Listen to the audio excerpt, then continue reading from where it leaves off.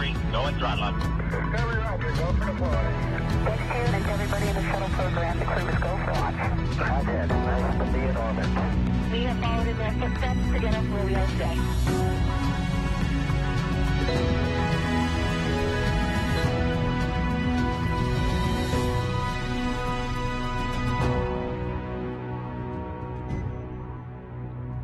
You're watching live coverage of the NASA SpaceX Crew-6 mission as they return to Earth.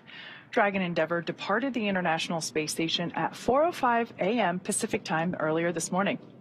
On board Crew-6 are NASA's Stephen Bowen and Woody Hoburg, United Arab Emirates astronaut Sultan Alneyadi, and Roscosmos cosmonaut Andrey Fedyaev. Currently, they're on their way to the targeted splashdown site off the coast of Jacksonville, Florida. My name is Kate Tice, Senior Quality Systems Engineering Manager here at SpaceX. Joining me today from NASA Communications is Gary Jordan. Hey, great to be here, Kate. This is an awesome day for splashdown. So upon departing the station, Dragon underwent a sequence of departure burns. The crew had a rest period and has since kicked off preparations for re-entry, including getting in their launch and re-entry suits and successfully performing a leak check. The next phase of the mission is when these things really ramp up. Dragon has a series of steps to complete before returning Crew-6 home. First, Dragon will maneuver to the correct attitude and jettison its trunk, which is the cylindrical, unpressurized part of the spacecraft. The trunk is currently connected to the aft or the bottom section of the Dragon capsule where the heat shield is located. So, in order to expose the heat shield and get the vehicle ready for atmospheric entry, we'll jettison that trunk. And from there, the spacecraft will use its forward thrusters to perform a deorbit burn, which will put Dragon on a trajectory to return to Earth. This burn will last 16 minutes once it starts. The deorbit burn uses Draco thrusters on Dragon, primarily the four located on the forward bulkhead, and is executed at the apogee or the highest point of Dragon's current orbit around the Earth. This will alter Dragon's path to ultimately line it up to re-enter Earth's atmosphere. As you can see from that graphic there on your screen, it should be pretty visible, especially if you are in Florida. So head outside and take a look up. It's an incredible sight, especially for these nighttime splashdowns. But before we go any further, let's take a minute to meet our crew. That's right. On board, starting with our captain, is Steve Bowen, who hails from Cohasset, Massachusetts, and is married with 3 children. He holds the title of the first U.S. Navy submarine officer to be selected as a mission specialist by NASA. Bowen is also a veteran of 3 previous NASA space flights, including space shuttle flights on STS-126, 132, and 133. During those missions, he and his crew expanded the living quarters on the International Space Station, delivered an integrated cargo carrier, and a Russian mini-research module. With this mission, he now has logged 227 days in space, including 65 hours and 57 minutes in 10 spacewalks. Today, he is the commander of Crew-6. Sitting next to Dragon SpaceX, preemptively, we are 11 minutes out from deorbit sequence start and expect to be LOS during CLOSEP prep.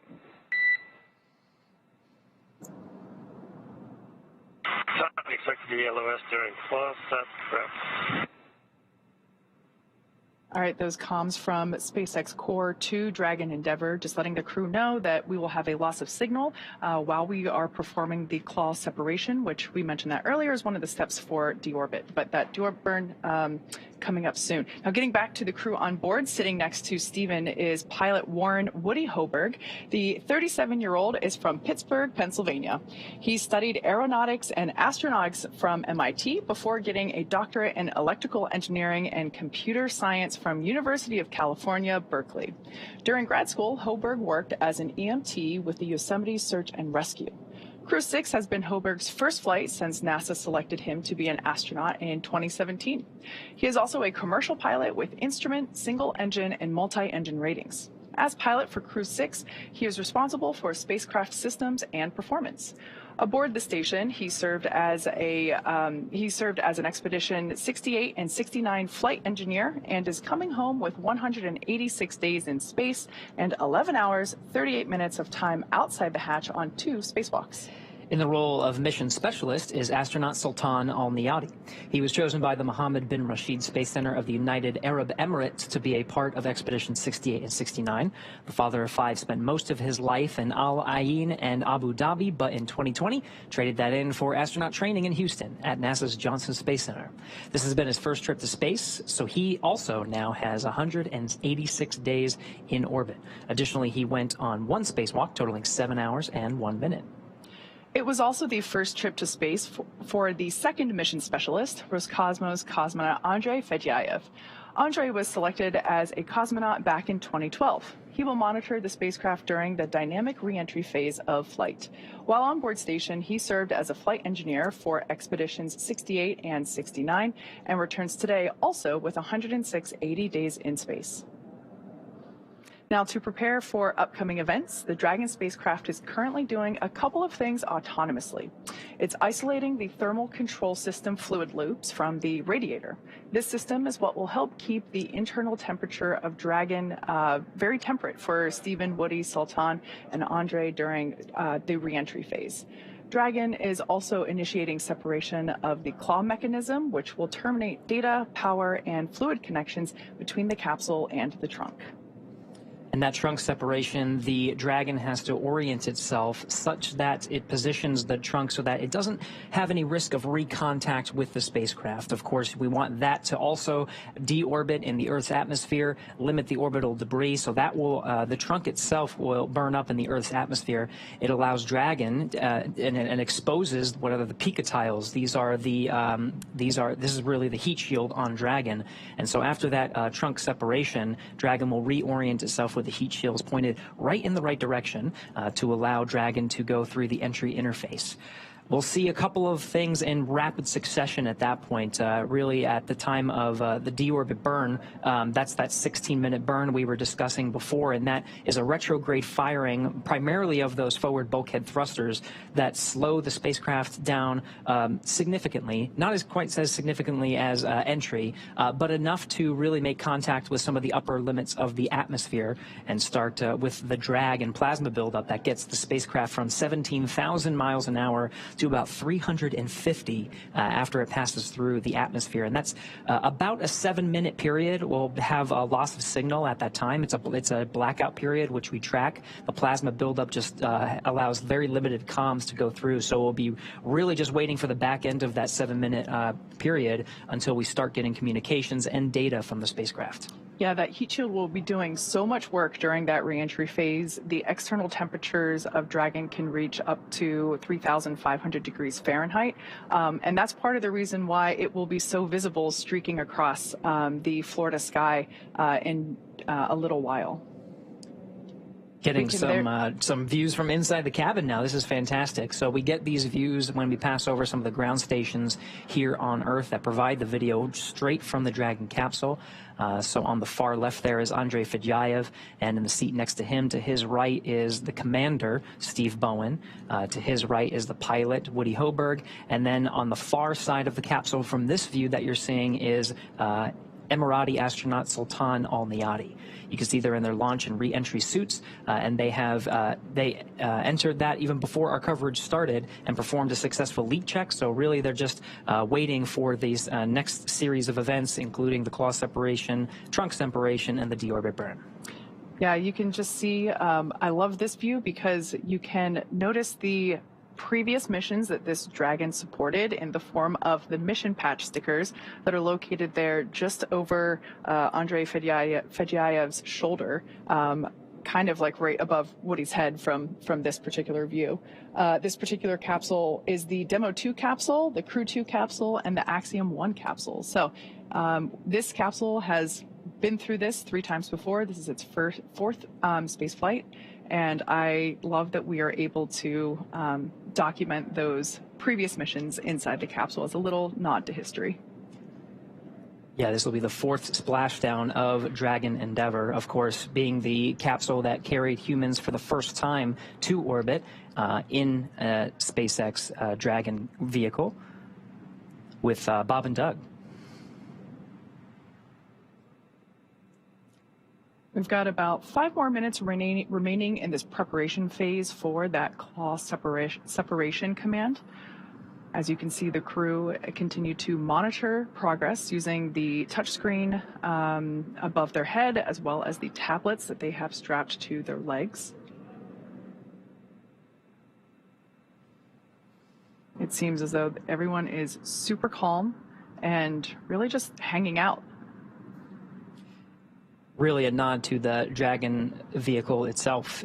All of these sequences are fully autonomous. Of course, it's the role of the commander and pilot to really monitor the sequence and the dynamic phases of launch and the re-entry phases, which are really some of the most dynamic that the spacecraft will experience throughout the duration of the 6-month expedition. But they also have the help of the mission specialists. Part of their role is to look over the shoulder of the commander and pilot and look at the screens that are right in front of them, those displays providing telemetry to just be an extra set of eyes and check on some of the things, because there's a lot of data coming in, just to relay them to the commander and pilot. Everybody is watching those screens very intently. For sure. They also go through extensive training, so even though this is the first time that they have performed this splashdown in real time for this particular crew, they have worked with our Dragon trainers here at SpaceX headquarters for months in preparation for launching this mission. And so while this is the first time they're doing it for real, they have practiced this with simulations many times before lifting off. Sort of towards where their feet are on the far side of this particular view at the center is that side hatch. Last time we saw the side hatch open on Dragon Endeavour was right before Crew-6 launched to the International Space Station. It was some of the closeout teams in the White Room at Pad 39A that got the crew situated for launch, making sure that they were ready to go. And that side hatch has remained closed through the duration of this mission. It will be opened once again once the Dragon capsule and the crew are recovered by the recovery vessel named Megan. Once the recovery teams outfit the Dragon capsule and bring it onto the Dragon nest, it'll be the side hatch that they'll open to get the crew out.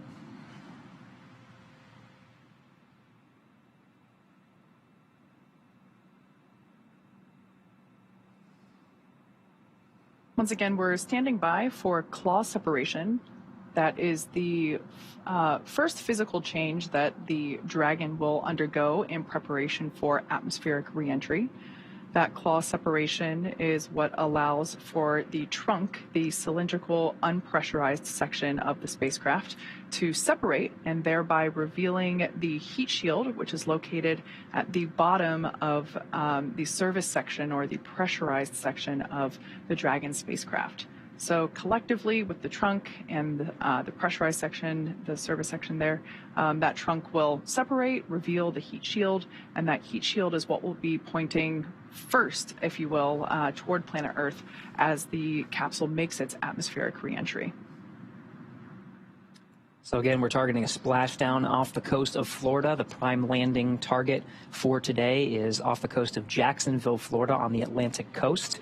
That splashdown time is 9:17 p.m. Pacific time, 12:17 a.m. September 4th Eastern time, so just a little more than an hour from now. To give you an idea of how much ground they're going to cover, you can see on their map in the center of their screen, they are very close to the orbit of the International Space Station in the Dragon. They're over the Indian Ocean right now, just west off of Singapore, on a southeastern track heading towards the western coast of Australia. So just in the matter of an hour, they'll cover really the distance around the world, halfway. Yeah, when if you look at the track of Dragon and the International Space Station, how it orbits the Earth around a flat map, it kind of looks like a sine wave. So now they're on a southeastern track that will swing really south of Australia and then come up the Pacific. So you can see once we get into the re-entry phases, it will cross over southern Mexico and the Yucatan Peninsula, and perhaps if you're outside at just the right moment, just a couple minutes prior to that landing site, 12:17 a.m. So if you're still up at midnight watching our coverage and you're in central and northern Florida, be sure to head out, see if you can see, depending on the weather there, see if you can see the plasma trail as Crew-6 re-enters the Earth's atmosphere. Yeah, that's definitely one of the benefits to a nighttime splashdown. You can still see it during the day, but it is certainly much more striking whenever it's, streaking through the night sky. We've actually had a few nighttime splashdowns prior to this one. So Crew-6 will definitely be a nighttime splashdown, but we also had successful splashdowns at nighttime for Crew-5, Crew-3, Crew-2, and Dragon, Crew-1. SpaceX, we're back with you. Deorbit sequence start. SpaceX Dragon, put the heads back, and we see the same. So that deorbit sequence starts with what's called claw sep prep, claw separation preparation. So once that claw begins to separate, it's about 45 seconds for that sequence to initiate, and then the trunk separates about 45 seconds after that claw separation. So it's relatively quick. So we're still in claw sep prep.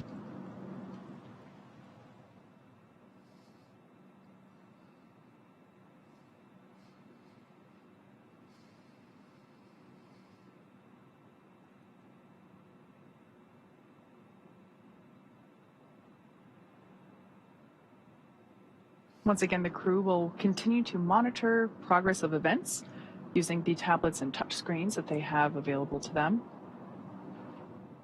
The touchscreen directly in front of pilot Woody Hoburg and Commander Steve Bowen also allows them to monitor the state of the Dragon flight computer, as well as be able to keep tabs on any thruster burns that occur.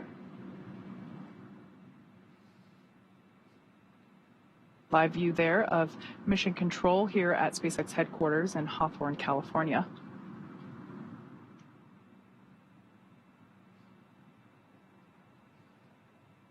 And for those that might be wondering, that, yes, is a lava lamp in the center of mission control.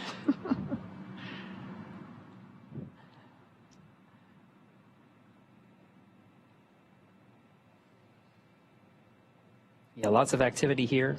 Again, as a reminder, we are in the deorbit sequence, which begins with the claw separation. This demates the umbilical to the trunk, which has solar panels and have been collecting some of the energy from the sun and providing it to the batteries on board.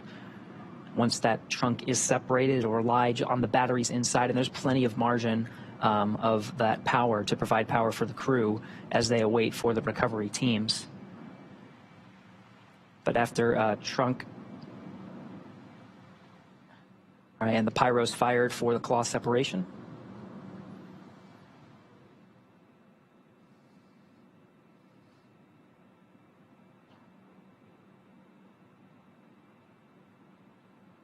Claw separation is complete.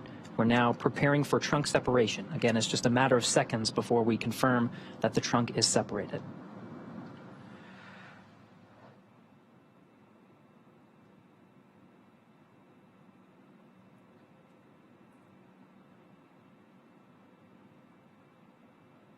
Once again, since that claw is now separated, we're able to separate the trunk.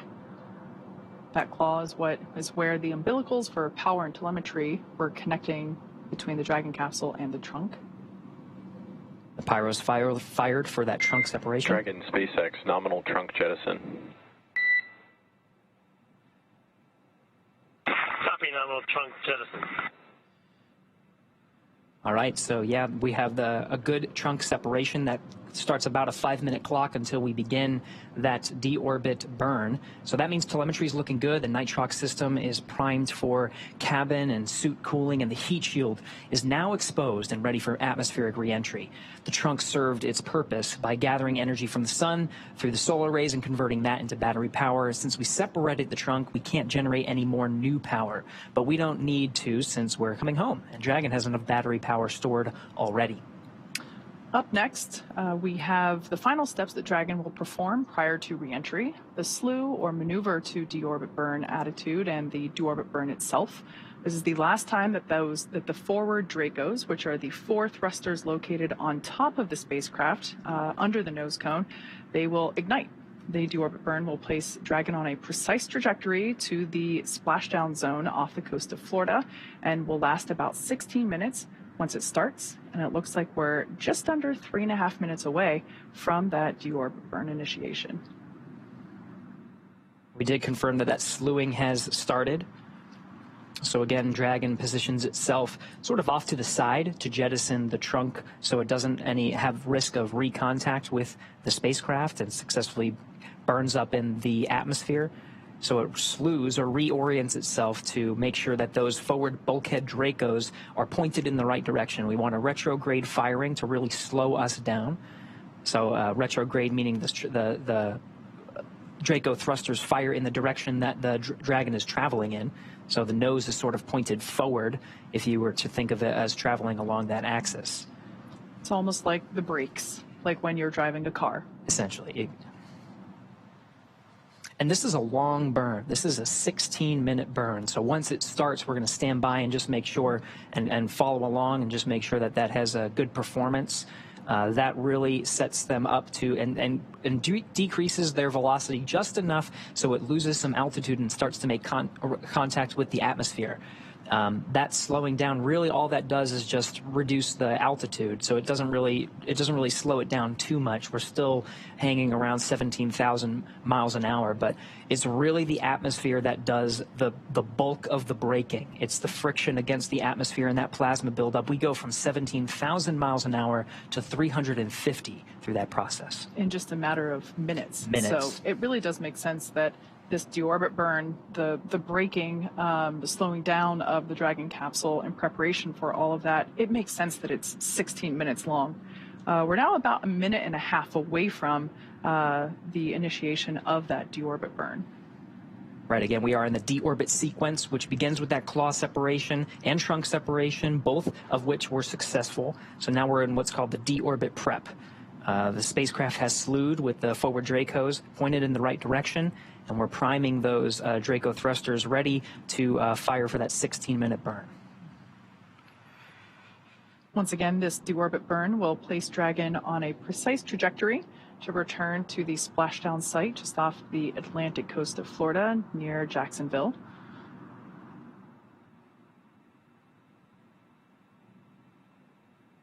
And we're less than 1 minute away from deorbit burn. Once again, this is the last time that those forward Dracos will be utilized. After this burn is complete, we will be able to close the nose cone, which will then basically hide or cover up that area, including the forward hatch, which of course is the hatch that the team used to ingress and egress from the International Space Station. We will be using the side hatch, which is actually outlined by that black liner kind of near the feet of the crew here in this view.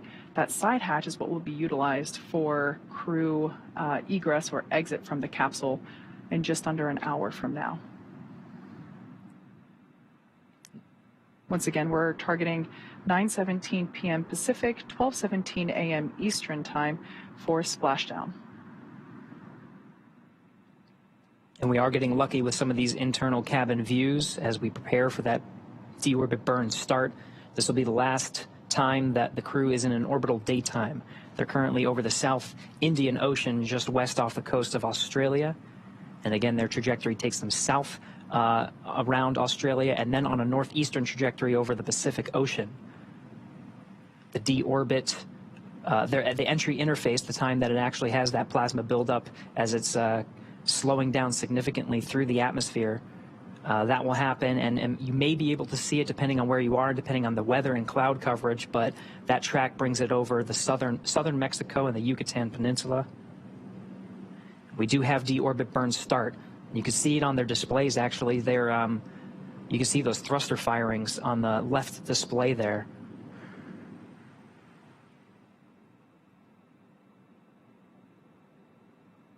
So again, that's a 16-minute burn.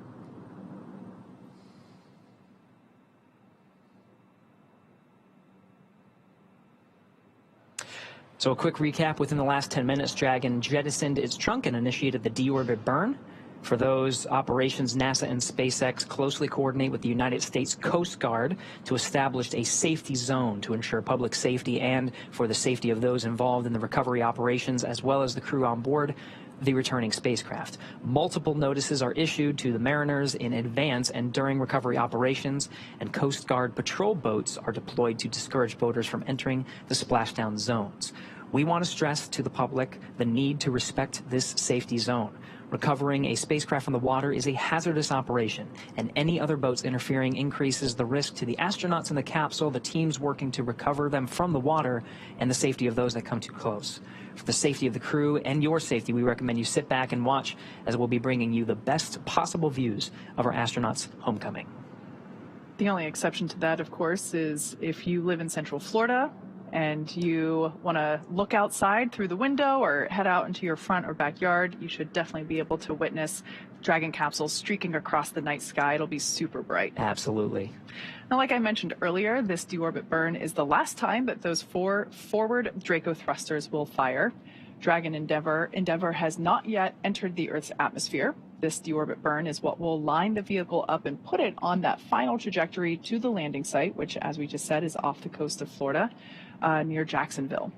Right now, as you can see on your screen, Stephen, Woody, Sultan, and Andrey continue to use their screens to keep tabs on the burn duration, the Draco thruster firings, and trajectory details like the entry angle, capsule perigee, and how much distance remaining until deorbit burn termination.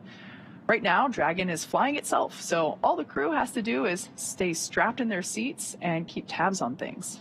Great view there of being able to see exactly what the crew can see with respect to those Draco thrusters firing. Now, with Stephen, Woody, Sultan, and Andrey ready to deorbit and splash down back on planet Earth, they'll be heading to one of 7 targeted sites supported by SpaceX and NASA.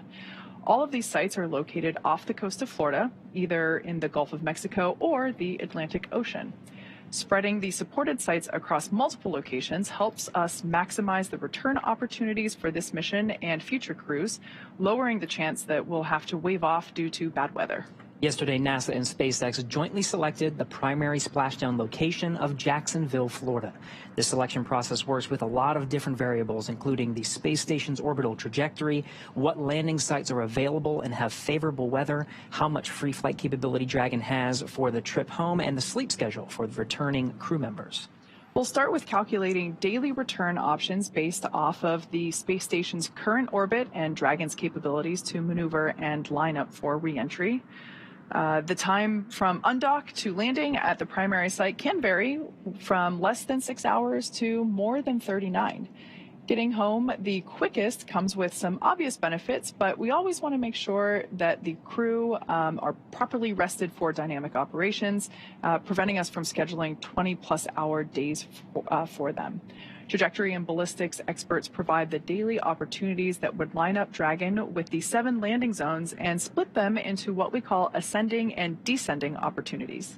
Dragon uses its Draco thrusters after leaving the station to execute a series of altitude-lowering maneuvers and to line up with the selected primary site. It can also change to different alternate sites while in free flight if sudden weather moves in that we need to avoid. And weather is something we're constantly looking at, making the final call to proceed about 2.5 hours before the crew undocks. For the Crew-6 return, we looked at a number of weather items. Some of the obvious ones are no rain or chance of lightning in the recovery zone, both for the safety of the crew inside the capsule and the recovery teams on the water. We're also looking for wind speeds less than 15 feet per second or about 10 miles an hour and relatively calm seas so we can safely execute recovery operations, which includes landing a helicopter on the recovery ship to fly Steve, Woody, Sultan, and Andrey back to Florida.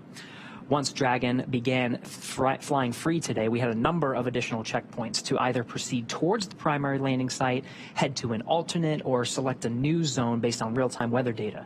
These checks happened all the way up until we're in the final hours before the deorbit burn, which is underway now, and is the last burn to the trip home and commits Dragon and the capsule and the crew to re-entering the Earth's atmosphere.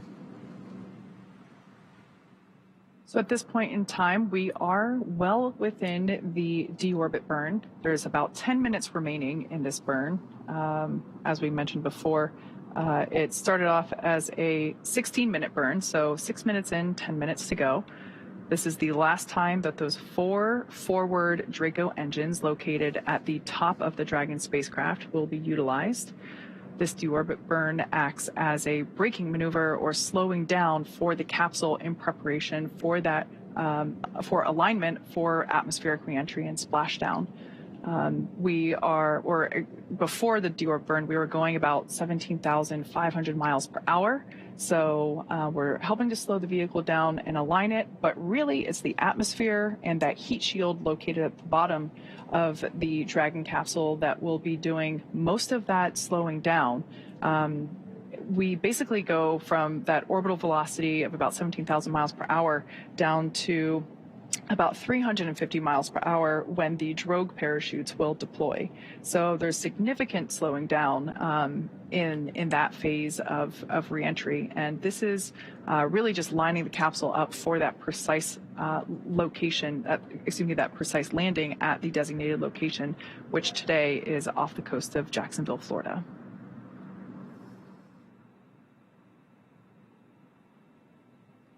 And of course, the parachutes really do a lot of the work from that 350 miles an hour down to about the time of splashdown.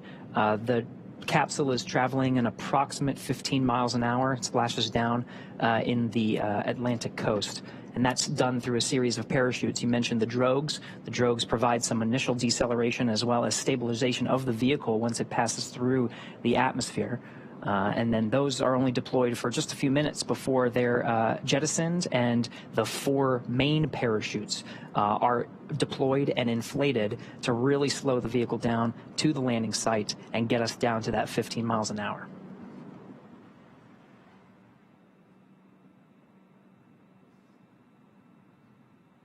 The crew continues to look pretty calm, collected, and comfortable as they continue to monitor this deorbit burn. We've got just over 7 minutes remaining in this deorbit burn. Once again, the crew has trained and prepared for all phases of flight, including this deorbit and splashdown phase of the mission. So I often like to think that, during moments like this when there's something dynamic going on and we just see the crew chilling, it's such a testament to that preparation, that training that they do both with the NASA teams and the SpaceX teams prior to even arriving at the launch pad. And they try to maximize the crew's comfort through the duration of Dragon's flight. When we covered undocking just what seems like just a couple of hours ago at this point, they had these launch and entry suits, and that was because they put them on during some of the more dynamic phases, and that includes the actual contact and separation from the International Space Station. But very shortly after they exited the keep-out sphere, which is only 200 meters away, they got the call that they could remove those suits, and they had the suits off for really the most of the duration of the flight. They have them back on, but you can see their visors are up. And even though this is a very dynamic phase, and this is a 16-minute burn and a very important milestone of the Dragon's return to Earth, the visors will come down and the suits will provide that extra layer of protection through atmospheric reentry. That is a very dynamic phase. Of course, there's the plasma buildup on the outside of the station and a blackout period. There's a lot of stress on the vehicle, so that just provides an extra layer of protection for the crew. Yeah, you mentioned maximizing crew comfort, and we do that not just through operational decisions like when you can take off or doff the suit, but also the design of the suit itself, as well as the seats. So each crew member has a bespoke spacesuit. They basically the suits are specially fitted for each crew member to make sure that it is as comfortable as possible while maintaining the extraordinary high levels of safety required. But the seats as well also have length and sizing customizations in small, medium, large, basically, for the armrest, the bucket, the seat itself, and as well as the footrest. So, yeah, we definitely try to maximize the crew comfort in as many ways as we possibly can. And once again, we are in the deorbit burn. This is the burn that lines the crew up for that precise landing off the coast of Jacksonville, Florida. And we're just under 5 minutes remaining in this burn.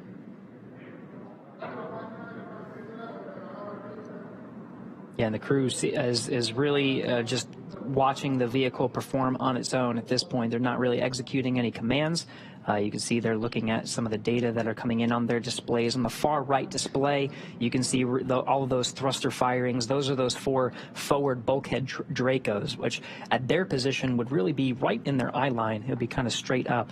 And it's a retrograde firing again. It's really slowing the spacecraft down to decrease its altitude to meet up with the upper limits of the atmosphere.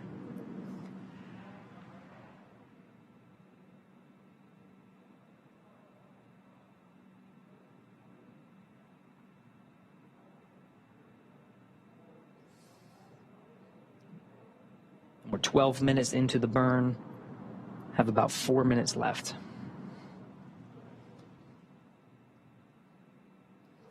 As we mentioned before, after this deorbit burn is complete, we will be able to close the nose cone, which is the basically the pointy structure at the top of the capsule that has been open to allow for access to that forward hatch, as well as usage of the forward Draco thrusters.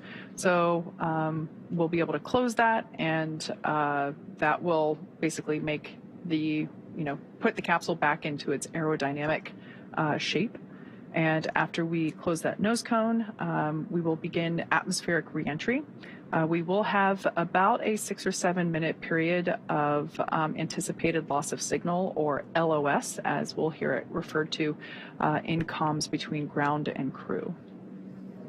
And there is some margin built into the operations. This, again, the deorbit burn is executed at the apogee of their trajectory and allows them to decrease that altitude. And it's a 16-minute burn, so that will take us to about 8:40 Pacific, so just a couple of minutes left. They have about 25 minutes until they start experiencing some drag on the atmosphere, and that allows the Dragon spacecraft to do a couple of things. It allows them to close the nose cone, as you mentioned, and also slew the Dragon once again and get into the entry interface with the pica tiles and the heat shields pointed in the right direction to take the loads of the friction of the atmosphere.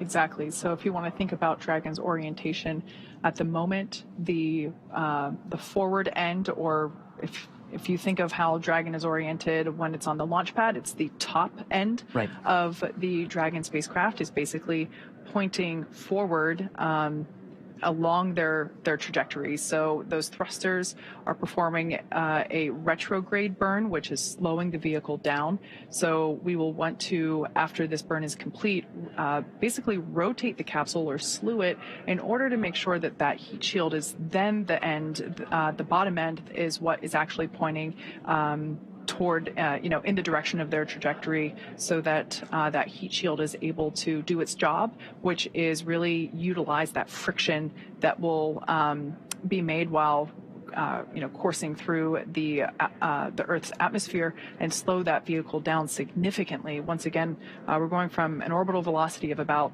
17,500 miles per hour, and that atmospheric reentry, that heat shield action will take us down to about 350 miles per hour. So we're about just over 1 minute remaining in the deorbit burn.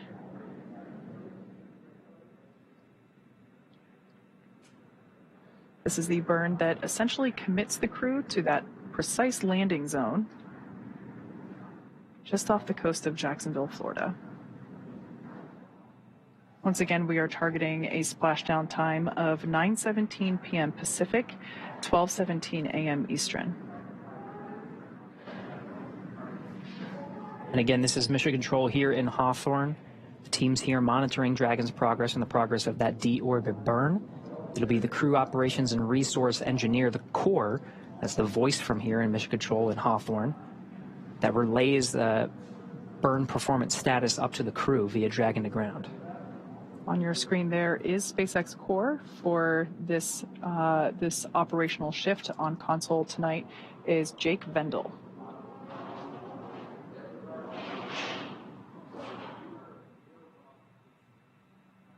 As Gary mentioned, this is the primary communicator for from SpaceX Mission Control to the crew. Very similar to NASA's Capcom role. Dragon Dragon, SpaceX, deorbit burn complete and nominal. Nose cone closure initiated.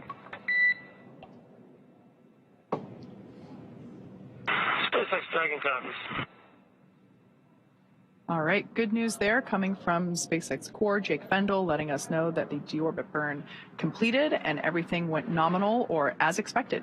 So that's all really good news. Very good. We are in the deorbit sequence now. So that you just heard the nose cone is about to close, and I can see it's actually closing now. In the background, the Dragon is currently inhibiting those forward bulkhead Draco thrusters that we just used to complete the deorbit burn, ensuring it's safe to latch the nose cone and shut for reentry. Also, the vehicle has initiated the nitrox suit purge. So this will help Steve, Woody, Sultan, and Andrey cool and comfortable during reentry, which is coming up here in about 20 minutes. At this point, the nose cone is closing again and protecting the forward hatch for reentry. Steve, Woody, Sultan, and Andrey are using their screens to monitor the locking of the nose cone, which is done by a set of hooks. So we're about 2 minutes until the nose cone is completely closed and locked in.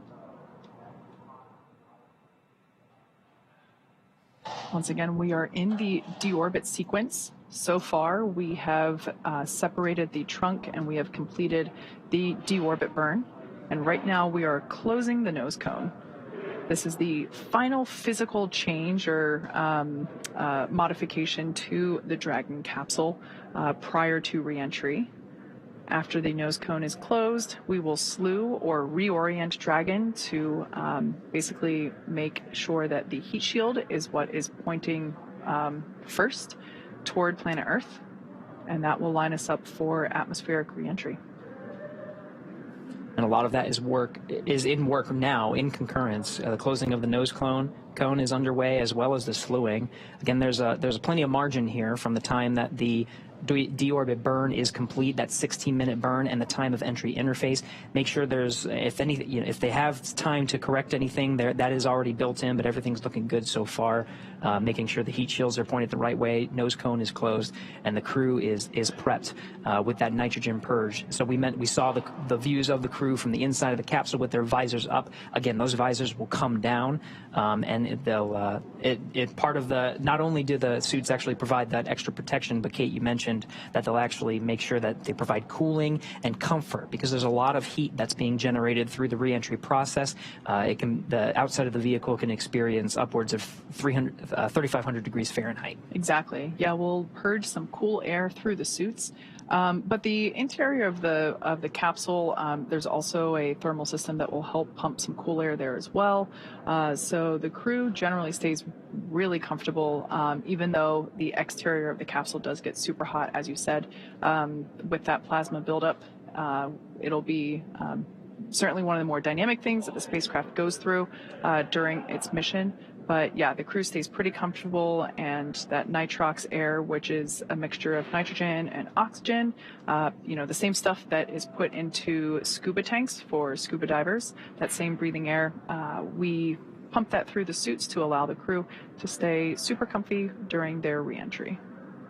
We did get confirmation that the nose cone is closed. So this deorbit sequence we're really making our way through very well. As we begin the second half of entry, Dragon is now beginning to inject that cool nitrox air that I mentioned before, that's being delivered to the suits worn by Stephen, Woody, Sultan, and Andrey. Again, this is what will allow the crew to remain comfortable while the external temperatures of Dragon reach 3,500 degrees Fahrenheit. The heat shield will be pointing forward, leading the capsule to the landing site. Now, speaking of that heat shield, Dragon's primary heat shield is comprised of Pica 3.0, Pica meaning phenolic impregnated carbon ablator. The first generation Pica was initially developed by NASA for studying and sampling comets within our solar system. Yeah, really cool history here. SpaceX partnered with NASA to develop Pica X, which was the second generation product used on all Dragon 1 cargo resupply missions that successfully resupplied the space station on 20 different missions. Pica 3.0 was developed specifically for use on the Dragon 2 crew and cargo, with enhanced structural and thermal properties that optimized the heat shield and drove down cost cost en masse. Yeah, pretty cool. The remainder of Dragon capsule is comprised primarily of SpaceX proprietary ablative material. It's another class of thermal protection, which is lighter weight versus Pika and protects the underlying composite structure during reentry to basically ensure that the structural capabilities are maintained from mission to mission. And while Dragon will experience temperatures well over 3,000 degrees Fahrenheit, Kate, you mentioned 3,500 degrees, during peak re-entry conditions, the characteristics of the TPS, the thermal protection system, coupled with the ECLIS, environmental control and life support system in the pressurized interior, will ensure that Steve, Woody, Sultan, and Andrey stay cool and comfortable during all phases of re-entry through splashdown. After Dragon Endeavour has re-entered the Earth's atmosphere, a series of parachutes will deploy to slow the crew's descent. As we mentioned before, the first set will be the 2 drogue parachutes, followed by the 4 main chutes, and those will guide Dragon to its first contact with Earth since launching in April earlier this year. Dragon will automatically deploy these parachutes when different pressure and positioning sensors on the capsule detect that they are at the right speed and altitude. Vehicle velocity at drogue deploy is approximately 300 miles per hour. They deploy at about 18,000 feet. Then vehicle velocity at main parachute deploy is approximately 119 miles an hour. They deploy at about 6,500 feet. Vehicle velocity at water splashdown is about 16 miles an hour. Highest G load the crew will experience during re-entry is approximately 3.5 Gs. So again, the nose cone is closed. Those nose cones are secured by a series of latches. The first set of hooks is closed, and the second set of hooks is traveling to secure the nose cone. Again, that is closed, and the vehicle is slewing or orienting itself with the deorbit position, with the entry interface position, to allow the heat shield to meet up with the atmosphere. And those Pika tiles that were designed to take those loads of the heat will be pointing the right direction.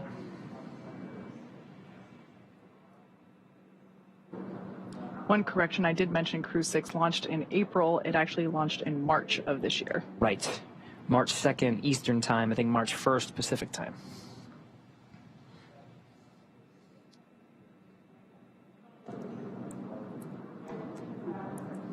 It's 8:47 p.m. Pacific Time now. We're about 30 minutes from the expected splashdown time. Again, we're tracking 12:17 a.m. Eastern Time over in Florida near Jacksonville, which is our primary landing site here at the Pacific Coast, 9:17 p.m. Dragon, SpaceX, nose cone secured for entry. SpaceX Dragon's office. So again, 2 sets of latches that secure that nose cone. Those have traveled and confirmed that not only is the nose cone closed, but it is secured for re-entry. And with that, Dragon, I've got a entry sequence brief. Report ready to copy.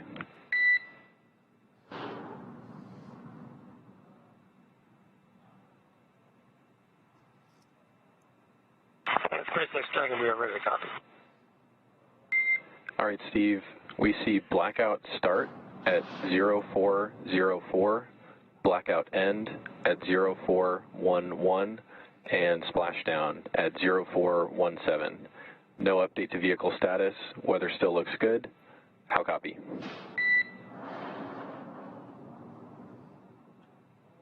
Zero 0404, 0411, and 0417. Weather still looks good. And I think that copies it all. Thank you. Good readback.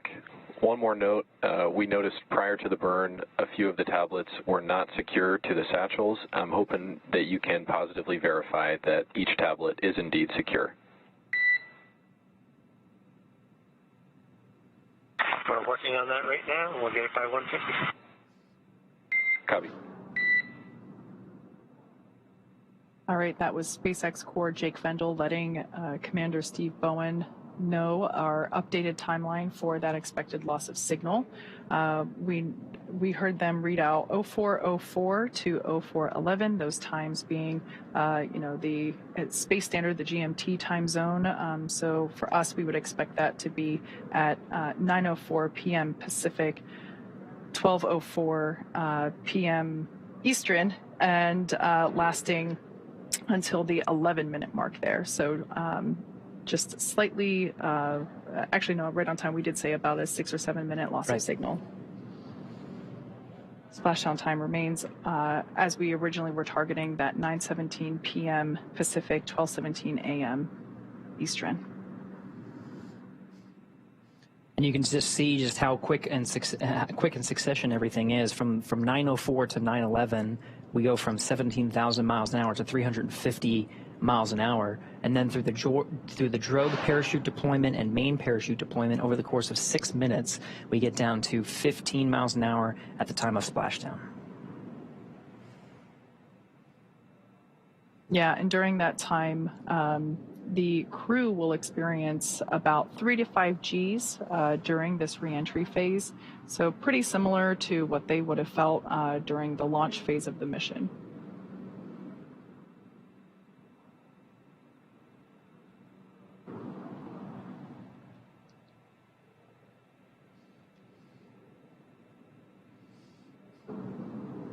We're focusing on the flight control teams here in Mission Control in Hawthorne through the duration of today's operations. If you've been following along for our coverage, we've been joined with the flight control teams over in Houston, Texas. Of course, they are monitoring very closely, but that was really for joint operations.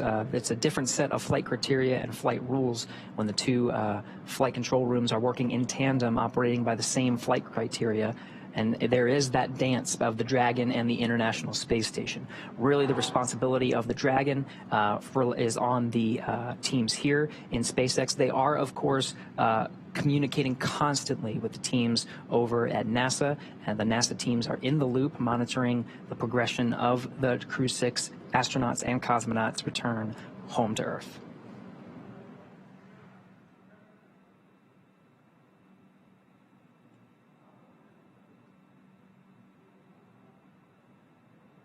So we've mentioned before that our anticipated loss of signal is coming up at 9:04 p.m. and will last about 7 minutes until 9:11 p.m. Pacific time.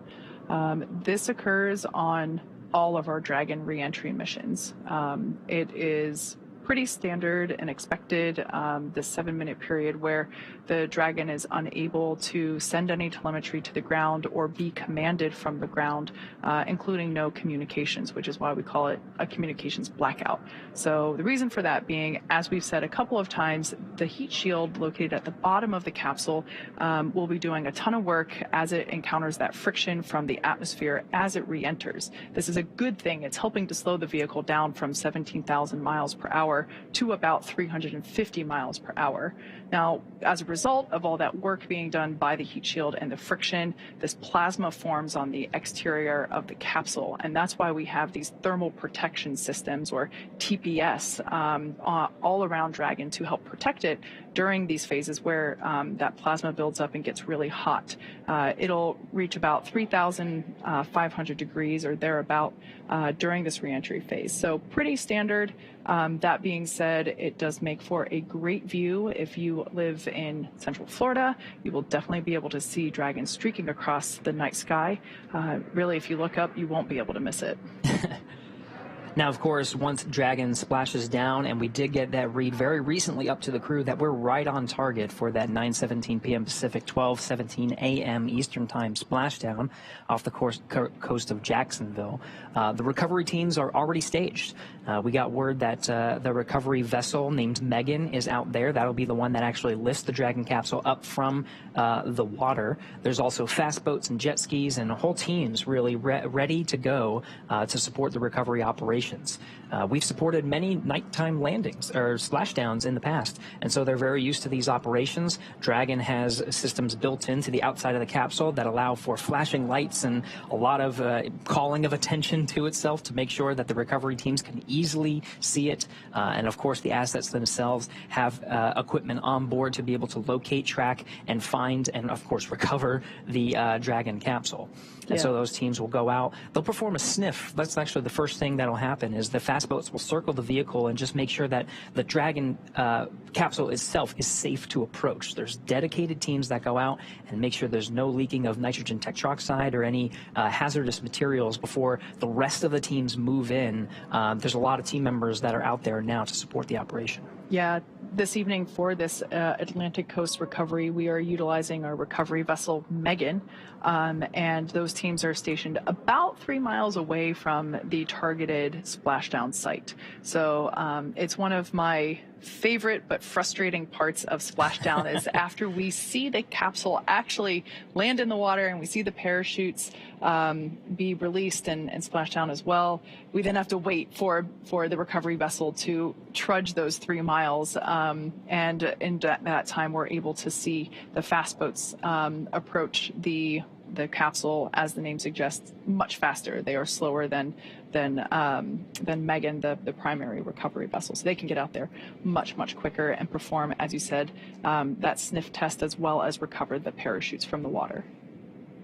Yeah, and we've seen lots of improvements just because, you know, we're talking about Crew-6 right now. So this is not just a 6 mission. We've also done this with the demonstration mission with Bob and Doug, Demo 2.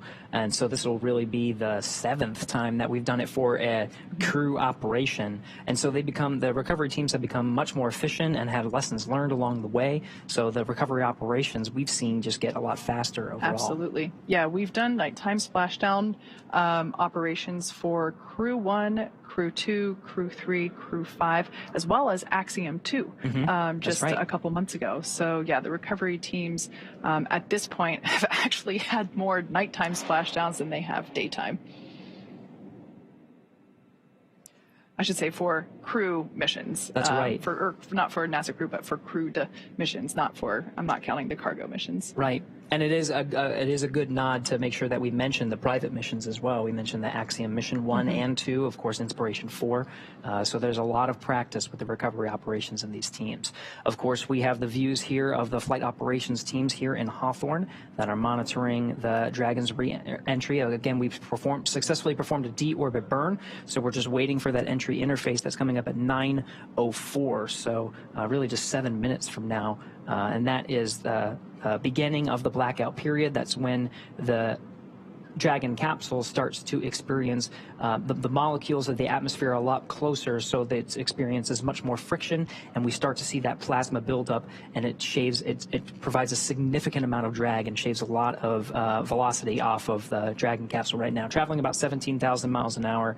And through the 7-minute period of blackout, where there is that plasma buildup, where we are traveling through the more denser parts of the atmosphere and slowing down significantly, we'll get on the back end of that. 9/11, they said, was the exit of that blackout period, where we start getting communications from the crew, and we're on the back end of the entry interface. That will be, we'll get down to 350 miles an hour. Yeah, if memory serves me correctly, we typically hear SpaceX Core start reaching out to the crew about 1 minute early. There have been some instances where we've been able to regain communications with the crew a little bit earlier than originally anticipated. So probably around the 9:10 p.m. Minute mark, Pacific, I should say, we might start hearing SpaceX Core hail the Crew-6. And it could go in the other direction too. This is, of course, an estimate based on the predicted plasma buildup and the predicted comms blackout. But of course, there could be another minute or so before they regain comms, and that's all built into the timeline. We'll hear those checks go up on Dragon to ground, and they'll continuously call the crew. SpaceX Dragon, compass is secure, restraints are tightened, visors are down. Copy, Dragon, tablet secure, restraints tightened, and visors down. With that, we are 5 minutes until the predicted comm blackout. Dragon Endeavour, see you on the other side at 0411. 0411, we'll talk to you then. All right, that was the voice of Crew-6 Commander Steve Bowen, letting us know that the teams have put away and secured the tablets that were prior to now, they were located and strapped onto their legs outside of the spacesuit. So those are now put away, and they have also closed the visors. So the last time we saw the crew inside the capsule, their visors were up. They've now closed the visors, and that provides really a leak-tight environment for the crew during this dynamic phase of reentry.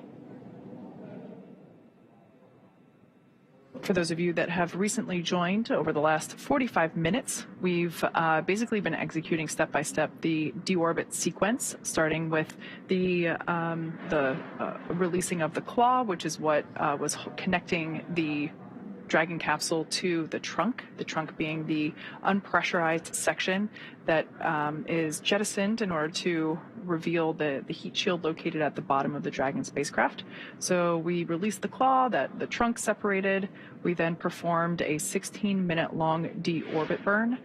We've also slewed or reoriented the capsule so that the heat shield is facing it's hard to describe it in my head, but it basically, the heat shield is what is leading the capsule to the targeted splashdown site, which today is in the Atlantic Ocean off the coast of Jacksonville, Florida.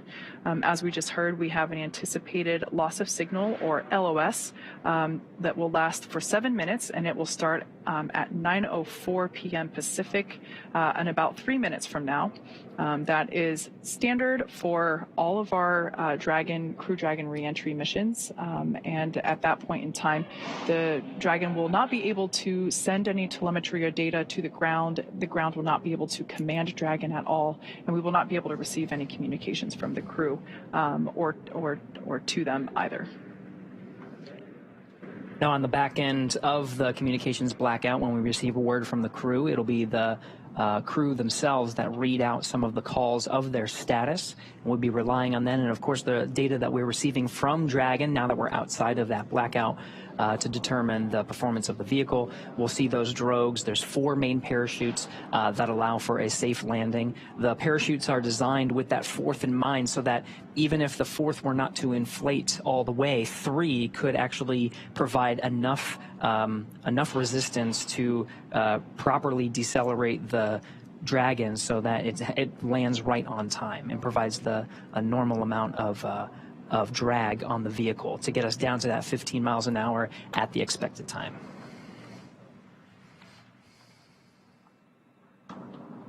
The views we're seeing now are, of course, of the flight operations team here in Mission Control in Hawthorne.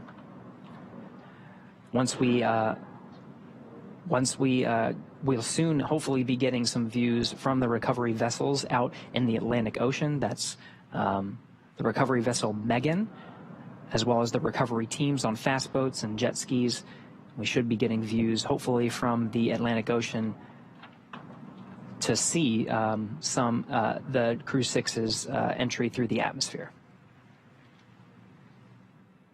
I was trying to look through my notes. I can't quite remember what it is off the top of my head, but you were talking about the parachutes before, and the drogue chutes that we deploy prior to the main parachutes. Those drogue chutes help provide additional slowing and stability for the Dragon capsule as it comes out of that atmospheric reentry. And I forget what factor it is that if we didn't have the drogue parachutes, I think it's something like the main parachutes would have to be manufactured to be 2 to 3 times stronger, which of course would add weight to the capsule itself. And in spaceflight, everything is weight. You want to minimize the weight that you're taking. So those drogue chutes are definitely small but mighty in the job that they have to do.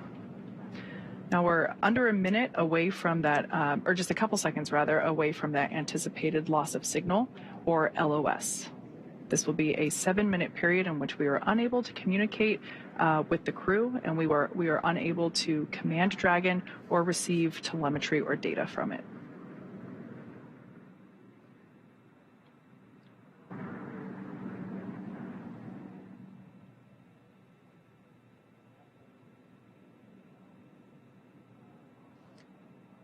Okay, we're in that loss of signal. The clock starts now, right on time, 9:04 p.m. Pacific, 12:04 a.m. Eastern.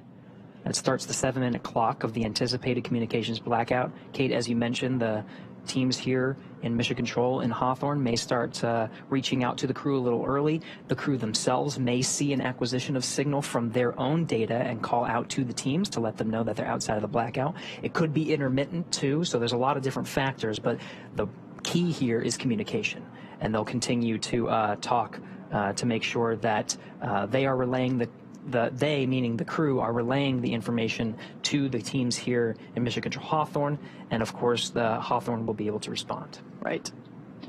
So for those of you that have just recently joined us, at this point we have entered a communications blackout period, a loss of signal or LOS, and lasts approximately 7 minutes due to plasma formation around the spacecraft. During this time, no vehicle telemetry is received by Mission Control, which you see there on your screen, and no external commanding of the vehicle or voice communication is possible.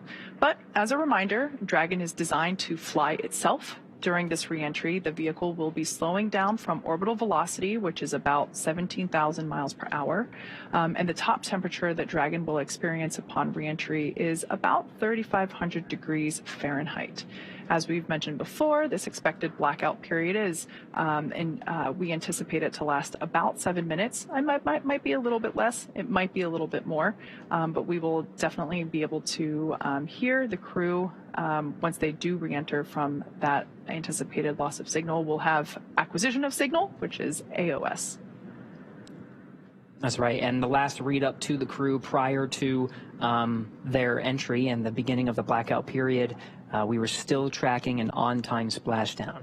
Again, for those following along, that's 12:17 a.m. Eastern Time, 9:17 p.m. Pacific Time.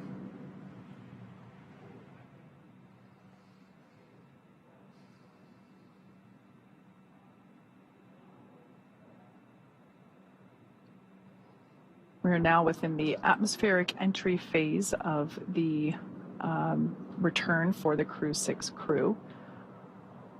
Once again, the plasma buildup on the exterior of the capsule results in our inability to command or communicate with the Dragon capsule during this time. This happens with all of our crew missions, and we expect this to end at about 9:11 p.m. Pacific or 12:11 a.m. Eastern. Live view there of SpaceX Mission Control located just behind Gary and myself. They are continuing to monitor the length of the acquisition of, the length of this blackout period, and we will be able to hear SpaceX Core, who for this evening shift is Jake Vendel. We'll probably start to hear him hail the crew around 9:11 or 9:10 p.m. Pacific. So if you're following along of our coverage and you are in southern Mexico or the Yucatan Peninsula, there is a chance, depending on the weather that you have down there, that you would have been able to see the beginning of the entry interface. We're now about 4 minutes in of a 7-minute blackout period. This is a great graphic indicating the trajectory. This is an ascending trajectory that Dragon is taking. So as Gary just said, over the Gulf of Mexico, across the Yucatan Peninsula of Mexico. So if you're tuning in from Central Florida, head outside right now, look up, because this looks like our first live view from the WB-57. That's right. This is a high altitude aircraft that has thermal imaging, so we're able to get some of those views of the Dragon vehicle in the middle of its entry interface. Again, we're about 4 minutes in. We have a tally-ho on the vehicle from the WB-57, and actually maybe about 5 minutes in at this point. So maybe a little bit more than 2 minutes. Again, there's some variation in the predicted 7-minute time period. It's not exact. We might hear a little early, a little later. So as we were saying, if you're in Central Florida, head outside right now. You should be able to see this glowing streak cross over as we are targeting. There's that streak I was just mentioning. That's a live view, not thermal. This is heading towards the Atlantic coast of near Jacksonville, Florida. So a beautiful view, such a striking visual that we have for these nighttime splashdowns.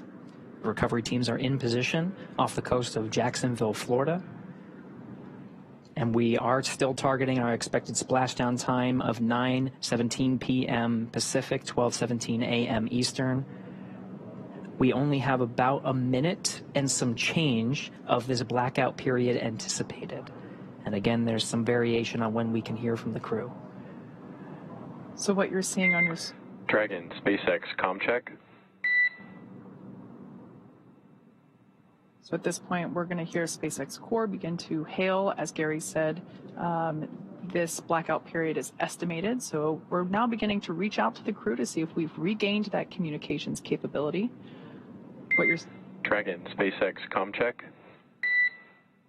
What you're seeing on your screen now is a live view of the thermal cam on the WB-57. And we hear Crew-6 from inside the cabin on the back end of the blackout. Copy, Dragon. We see a healthy flight computer. Expect automated chute deployment. SpaceX Dragon, copy. There's our live view of the crew, our first view of them on the other side of that communications blackout. At this point in time, they are re-entering through the Earth's atmosphere over the coast of Florida, heading towards Jacksonville, Atlantic coast. Up next will be the deployment of the drogue parachutes, which should happen in about 2 minutes, just over 2 minutes. You can see they got through some of the thicker parts of the atmosphere, and that plasma buildup is starting to dissipate. We have about, less than 2 minutes or so. Dragon, SpaceX GPS converged. Expect nominal altitude for drogue chute deploy. SpaceX Dragon, copy. All right, so that call out just letting the crew know that they can expect to have the initial parachute deployment, that is the drogue parachutes, and that those typically deploy about 18,000 feet. At that point in time, the capsule is going around 350 miles per hour. Some of the data and telemetry from Dragon is in meters, so if you do hear those calls from the crew and from us, some of the telemetry we're seeing is in the metric system.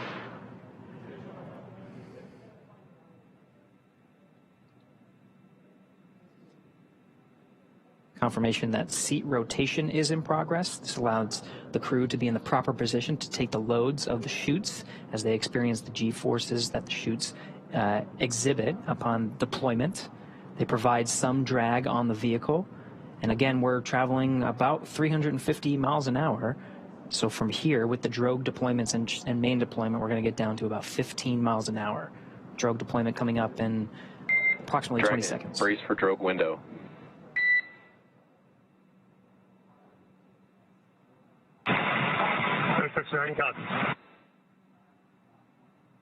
And we're roughly 30 seconds away from that drogue deployment.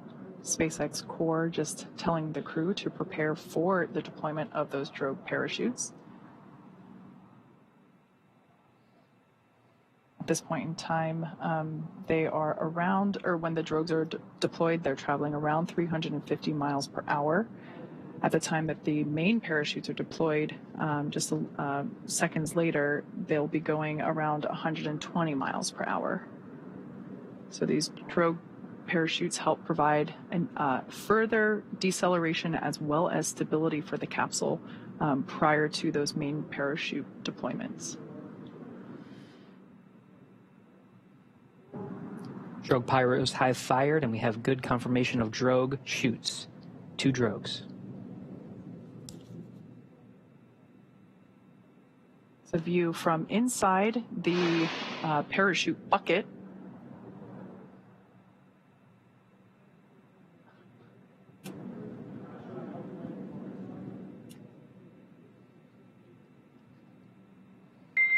Dragon, nominal descent rate and recovery team reports a visual on 2 healthy drogues. SpaceX Dragon, copy. Continue. Should see drogue chute jettison here momentarily. We'll see those 2 chutes that you see be released from the capsule, just like so, and release the 4 parachutes, now deploying. At this point in time, Dragon has saved all of its propulsion systems and is now has already terminated that nitrox suit and cabin purges. Those were helping to keep the crew cool during reentry. Looks like we have 4 very beautiful and healthy main parachutes. Dragon, we see a nominal descent rate on 4 healthy mains. SpaceX Dragon copies, and SpaceX Dragon coming up on 1,000. So there's that confirmation. Copy, 1,000 meters. Confirmation of those 4 healthy chute deployments.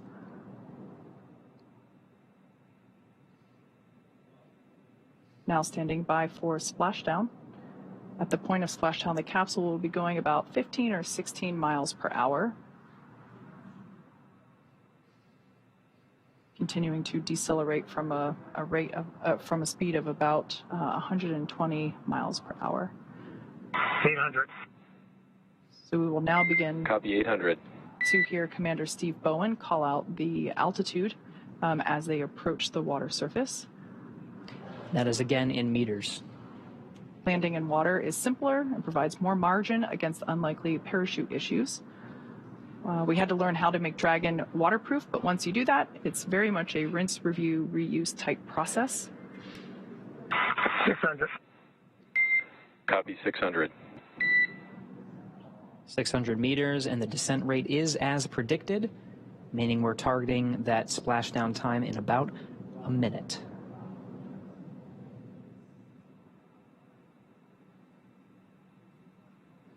Live view of Dragon Endeavour with the Crew-6 team members on board, being held up by 4 beautiful main parachutes. Dragon, we see 400.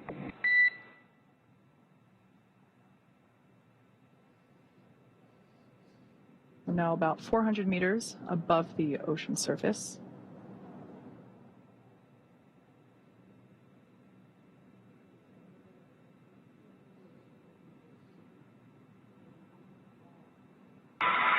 SpaceX Dragon 200 braced for splashdown. Copy, braced for splashdown. Again, the seats have been rotated in a position to take the loads of re-entry and parachute deployment as well as splashdown. The crew is braced. We are inside 100 meters.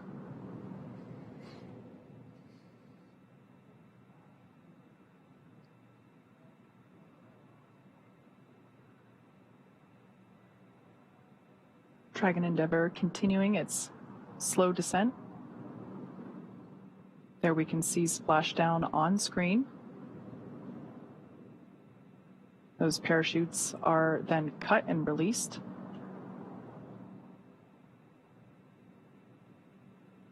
Dragon Endeavour has now returned home. NASA astronauts Steve Bowen, Woody Hoburg, Sultan Alneyadi, and Andrey Fedyaev. SpaceX Dragon splashdown. You're in water, Dragon. Copy, splashdown, and we see main chutes cut. After a 17-hour return journey from space, Crew-6 is home. So the teams have been ready and waiting about 3 nautical miles away, so it's going to take them about 30 minutes to make their way to Steve, Woody, Sultan, and Andrey inside the Dragon. You can see the recovery forces in some of the views that you're seeing. Of course, these views being provided by the recovery vessels. You saw there was a helo deployed, providing some visuals and lighting of the Dragon capsule. Stable 1.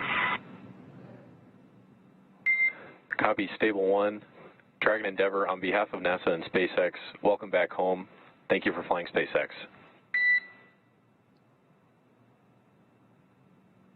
Thanks, SpaceX Endeavour. We greatly appreciate all the support from all the initial training through the launch, throughout the mission, keeping us abreast of all the status of the vehicle, and all the support all the way down. This has been incredible. Greatly appreciated. I look forward to working with you all again.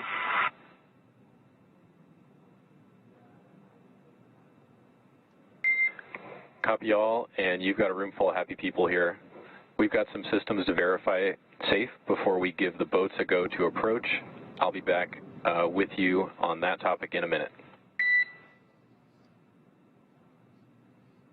And SpaceX Dragon coffees. We'll just enjoy the wallowing here. It might be soothing. Maybe I'll be napping soon.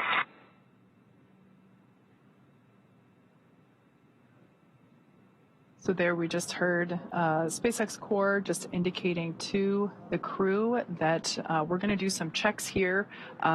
Here from Mission Control Hawthorne, we're going to do some system checks to make sure that everything is safe as necessary on the Dragon Endeavour capsule. They will then give the go for safe approach to the teams there that you see on your screen in the fast boats. One of those boats will focus on recovering the parachutes from the water. The other will begin inspections, a sniff test for those onboard propellants, nitrogen tetroxide and monomethylhydrazine. They are toxic if someone were to breathe them, so we definitely want to ensure the safety of the entire recovery team as well as the crew. So one of the teams in the fast boats will perform a sniff test using devices while wearing personal protective equipment to ensure that none of those propellants have leaked out and that there's no vapors lingering from, just many minutes ago when those thrusters were actually firing back in space. Precisely. Now this is the fourth splashdown of Dragon Endeavour and completes the fourth mission, Crew-6, splashing down right on time, 12:17 a.m. Eastern Time, 9:17 p.m. Pacific Time. We're getting views from the recovery vessels that are out many nautical miles away from the coast of Jacksonville, Florida. And the crew and teams here in Hawthorne reported a stable 1 position. That just notifies that the capsule is in the ideal position, floating in the Atlantic Ocean there, upright, with the heat shield in the water and the nose cone pointed towards the sky, as you see there.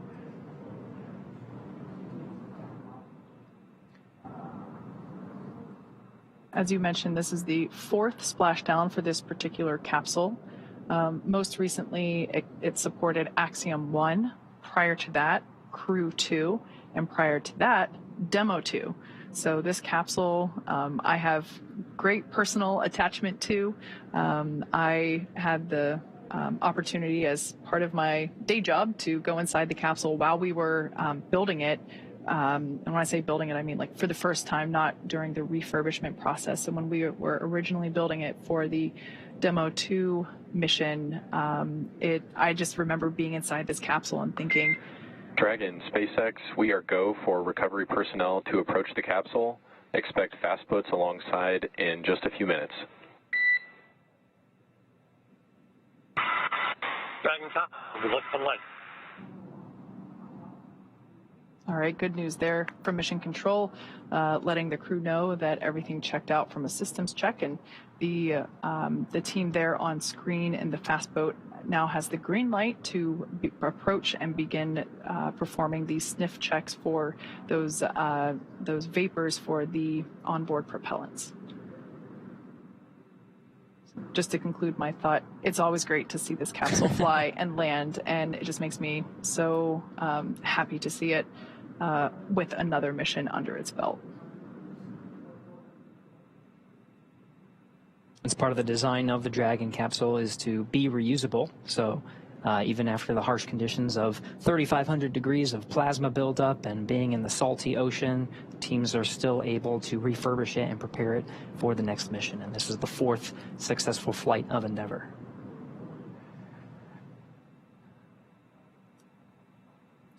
So after those hypergol checks, Dragon teams we may see some of the team members crawling on the outside of Dragon and begin the rigging process, as the recovery vessel Megan has the equipment necessary to bring the Dragon out of the water into what's called the Dragon's nest, and that allows the capsule to be positioned and stable on a boat and allow some of the personnel on board that boat, that ship, to open up the side hatch. We were talking about the side hatch a little earlier. That has remained closed through the duration of the mission. The last time it was open was on Launch Pad 39A, as some of the teams were preparing Steve, Woody, Sultan, and Andrey for their launch to the International Space Station and the beginning of their expedition of science, maintenance, and upgrades aboard. Now it'll be opened again here very shortly. It does take some time, so it could be 30 minutes to an hour before we actually see them on the boat and they start egressing the capsule. But we'll provide coverage until they're safely aboard the recovery vessel Megan, and all 4 crew members have egressed Dragon. So this image that we see here was taken just minutes ago, a beautiful capture of the moment when Crew-6 was re-entering over Florida. We can actually see NASA's VAB and Pad 39A in the distance. So this is such a cool time-lapse capture of the re-entry streak that we saw just minutes ago of the Crew-6 re-entry and splashdown.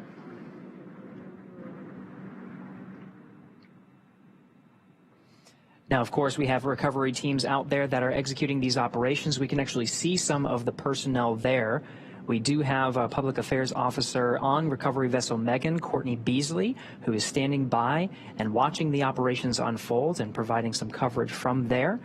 I'll do a comms check with Courtney Beasley, who's there via satellite phone. Courtney, can you hear us? Gary, I have you loud and clear. How do you hear me? Loud and clear. Courtney, we were very jealous, and we were talking a lot, Kate and I, about the views of Dragon's re-entry through the atmosphere and the plasma trail and the landing, of course, in the Atlantic Ocean. I can't imagine a person who had a better view than you. From your perspective on recovery vessel Megan, how was that landing? Gary, it was absolutely beautiful. We were about 1.5 nautical miles away from the landing zone, and we had a great view from the front of the ship. We were actually able to track the spacecraft. Starting when it broke the horizon, we heard the sonic boom loud and clear and tracked the spacecraft all the way down through splashdown. SpaceX There's something beautiful about a nighttime splashdown. The only thing lighting the sky up tonight was the moon, the stars, and Crew-6 returning back home to Earth. Stand by for a PMC with the SpaceX flight surgeon on the ship. And we did just hear a call out indicating that the sniff checks were successful, so the close approach team now has the green light to begin climbing on board the Dragon capsule, so we should see the recovery continue along. But I want to hear more from Courtney with her bird's eye, or with her live action view. That's right. Yeah. Back to you, Courtney. We just wanted to pause for some of those communications with the crew and just follow along on the action here. But really want to understand what it's like there. You got some beautiful views. We are seeing, some of the seas. I think that we're tracking about. We're tracking sea states and wind, and we were talking about weather quite a bit leading up to today's landing. From your perspective, how is the weather out there? Yeah, Gary, it's about 80 degrees out here right now with fairly clear skies. Like I said, we were able to track that spacecraft pretty good tonight. About 9-mile-an-hour winds out of the east. The waves are considered to be rolling waves, so they're not choppy, but they are pretty big and more spread out rolling waves. But weather-wise, I think the crew will like what they feel when they get out of that capsule today and take their first breath of fresh air back here on Earth. Just to get some appreciation of what it took to stage the recovery forces and be prepared for this moment, just really moments after Dragon splashed down. We saw some of those fast boats rolling out to make sure that they were getting the crew as quickly as possible. Can you give us a sense of what it's taken to make sure the recovery vessels were here at this moment? Yeah, absolutely. Our journey actually started several hours ago in Jacksonville. The MedOps teams and the recovery director boarded the first helicopter, and they were the first group to arrive on the ship about 4.5 hours before splashdown.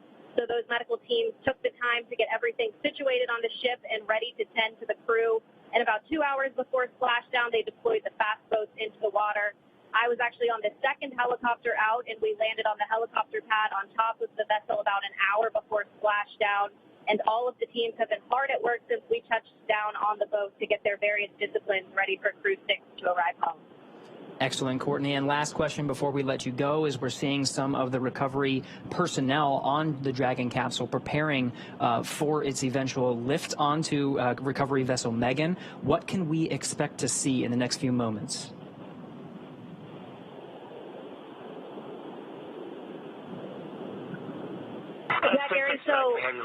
the crew is out Copy. We also have you 5x5. they'll be Boats are working on you and rigging up the vehicle. I'll get back to you closer to capsule lift. Teams, and we'll have the opportunity to take those spacesuits off and get comfortable back here on Earth.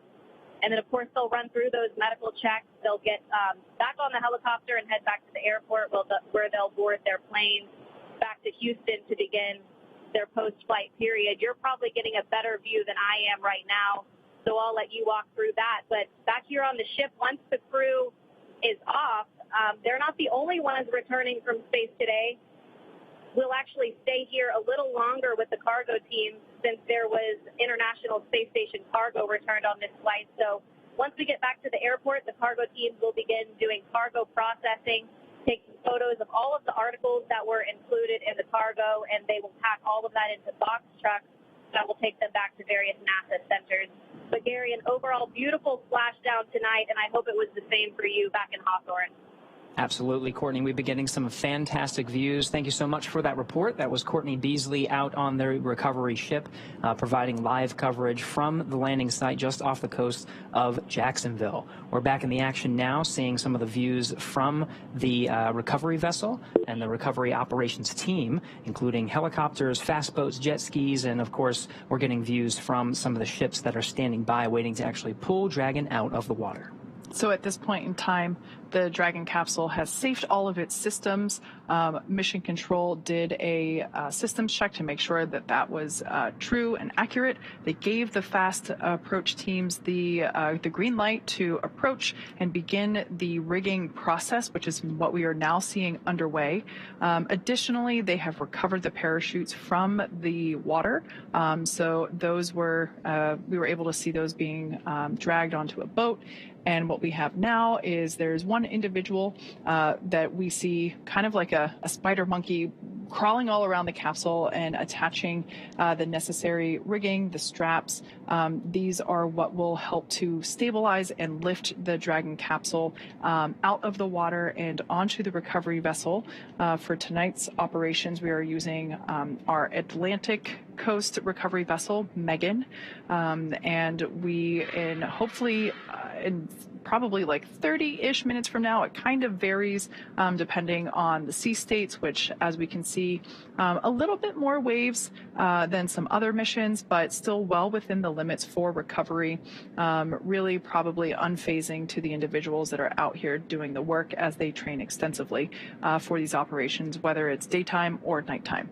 So obviously we can see one person there working to secure that strap around the base of the service section of the Dragon capsule, and that is one of the primary stabilization strap rings that will help to lift the capsule out of the water and onto the Dragon's nest on board Megan.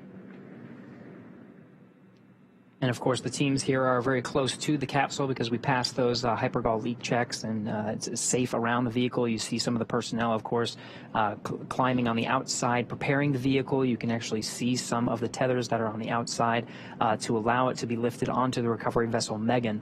Some of our views are even getting better as the recovery ships that are providing some of the live views that we're seeing are getting closer to the Dragon Endeavour.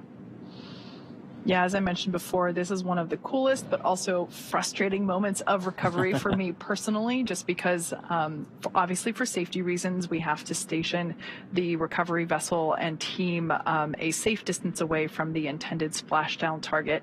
It sounded like they were, according to Courtney, about 1.5 nautical miles away from the splashdown, but those fast boats are called fast boats for a reason.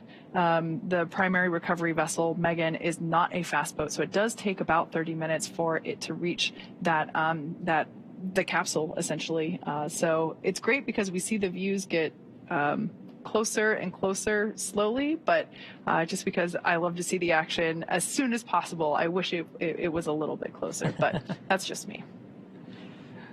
It's great to get some of these thermal images. Of course, over on the East Coast, it's well past midnight, so very dark out there, but still getting some fantastic views.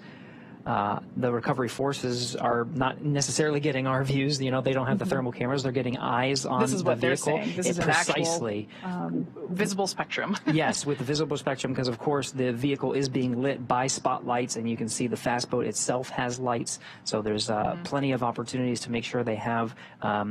They have the capsule well within view, and all the teams that are surrounding in different recovery ships and different recovery vessels are aware of the capsule's presence.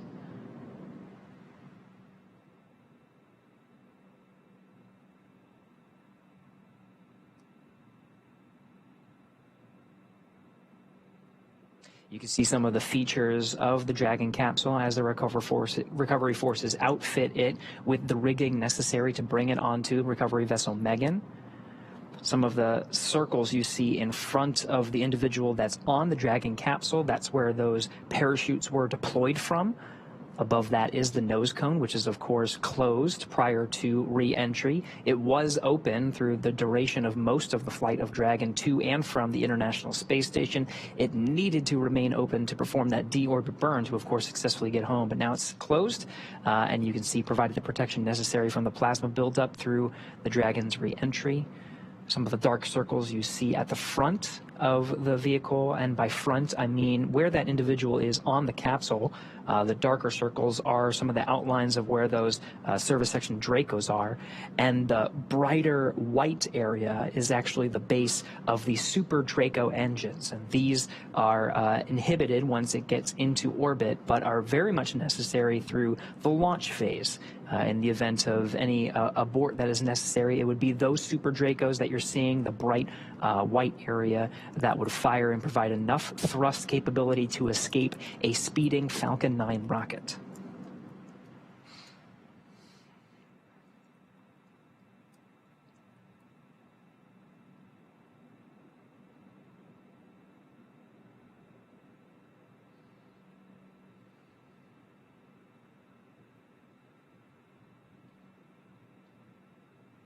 Once again, we can see the recovery vessel Megan making its way closer and closer to the Dragon Endeavour capsule, which has splashed down off the Atlantic coast of Florida.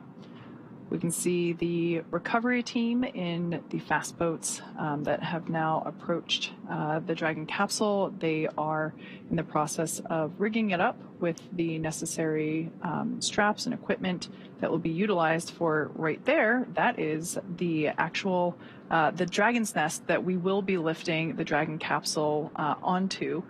The lifting mechanism, it's kind of hard to tell right now, but that almost house-like structure over the end of the aft end of the boat will actuate downward, and then the straps will be used to lift the Dragon capsule, and then the whole thing will actuate back into the orientation that we see it here to help secure, or to place it in to secure the Dragon capsule in that nest.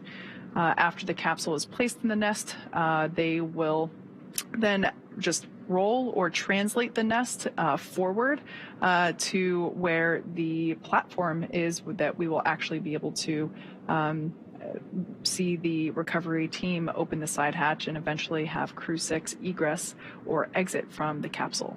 So if you look through the back there, you can see the capsule. That's that white speck in the background there in the darkness behind Megan. Yeah, you can actually see the distance now. It's becoming much more clear. The space recovery vessel was designed very much with a Dragon in mind. Of course, that hydraulic lift bringing it onto the Dragon's nest, and that platform, Kate, that you were describing, it allows for access right at the right spot, right in front of that side hatch. The side hatch will be facing right towards the camera. That will allow, when that Dragon nest comes in towards that platform, the crew on board recovery vessel Megan will have access to that side hatch to go ahead and open that. All 4 crew members will remain seated throughout that process, but the Dragon side hatch will be open, and the recovery teams will take the Crew-6 astronauts and cosmonaut out one at a time. Yeah, you mentioned that this vessel had Dragon in mind. You couldn't be more correct. When SpaceX acquired this vessel, we actually have two of them, one for Atlantic operations, one for Gulf operations, and both of them are pretty identical. They all, each have a lifting mechanism, a nest. We basically designed the interior and exterior of the vessel to accommodate efficient and speedy operations for Dragon recovery. In addition to these physical recovery assets, there are also medical bays where each crew member will get a quick medical checkout by the flight surgeon after egress, as well as a helicopter deck that in some instances is utilized to have the crew depart from there. So it is definitely a bespoke boat, if you will, a vessel for these Dragon recovery operations.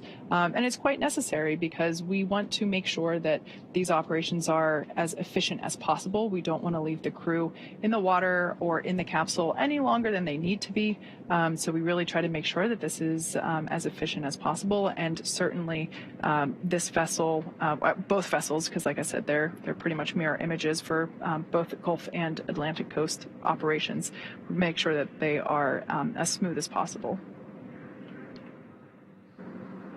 And we're just about 23 minutes from the time of splashdown. Again, that splashdown time, 12:17 a.m. Eastern Time, 9:17 p.m. Pacific. So we're already closing in on the vehicle. The recovery teams at this point, just to do a quick recap, have done initial checks of the spacecraft to make sure there was no hypergol leaks, any hazardous gases or materials, just to do a quick sniff check and make sure that the spacecraft was safe to approach. Once that was cleared, we saw some individuals on the Dragon capsule outfitting it with the rigging necessary for those straps you see on recovery vessel Megan. That hydraulic lift will bend forward and be attached to the Dragon capsule and be lifted off right onto that beautiful, perfectly Dragon-designed little disc you see on the Dragon nest. That's where Dragon will rest very comfortably to allow access to the crew. So that has happened over the past 24 minutes or so. And we are making great progress right on the timeline for the recovery ship to arrive. Dragon, SpaceX, be advised, we're transitioning the forward link over to the recovery vessel. Comm will be unavailable for approximately 5 minutes. SpaceX Dragon top.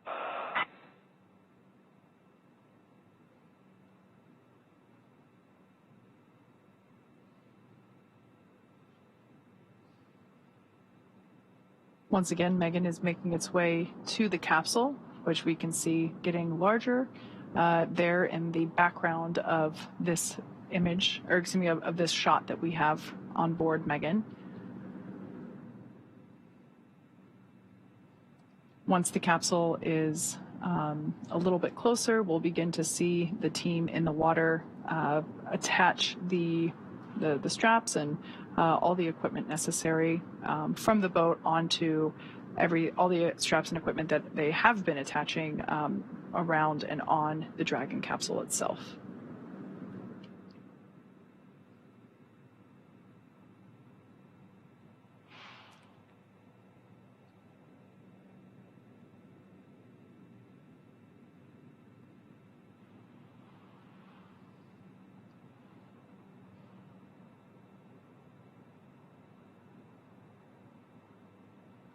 We can see the recovery team member who is the individual that basically crawls around on top of the capsule itself, still on there.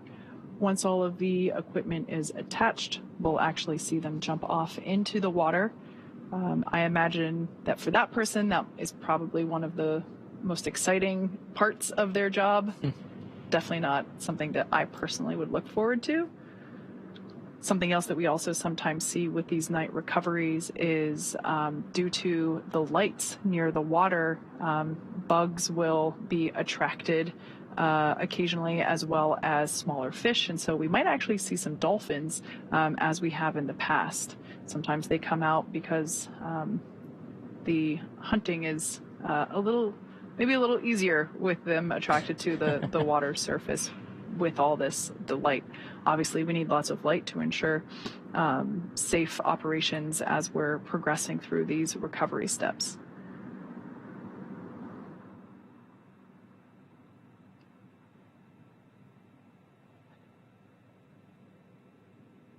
So you can see one of the rigging equipment was thrown to the fast boat, now attached to Dragon.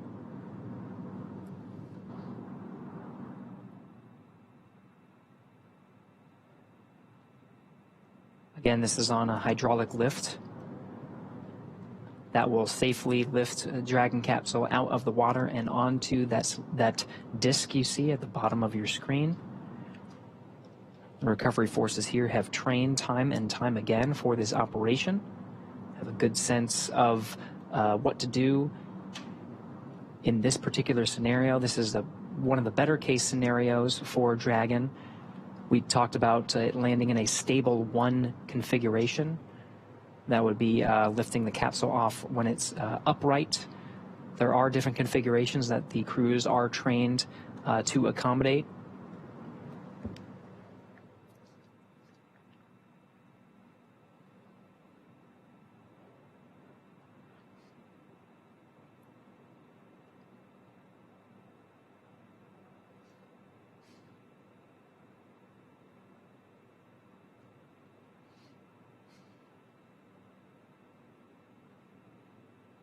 As we mentioned before, the Dragon capsule is soon to be lifted onto the recovery vessel Megan.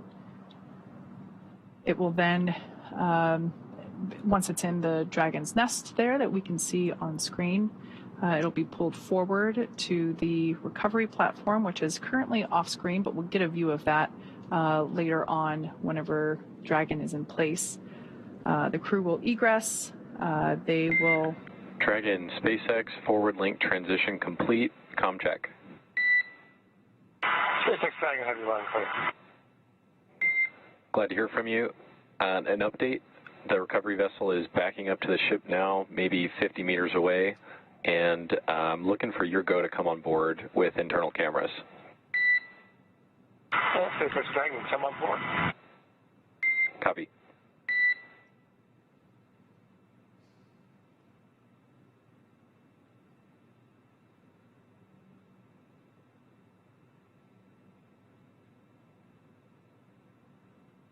At this point in time, rough estimation for crew egress is anywhere between 15 to 30 minutes, depending on how additional safety checks pan out and how quickly we can get the team, the capsule onto the recovery vessel that you see there.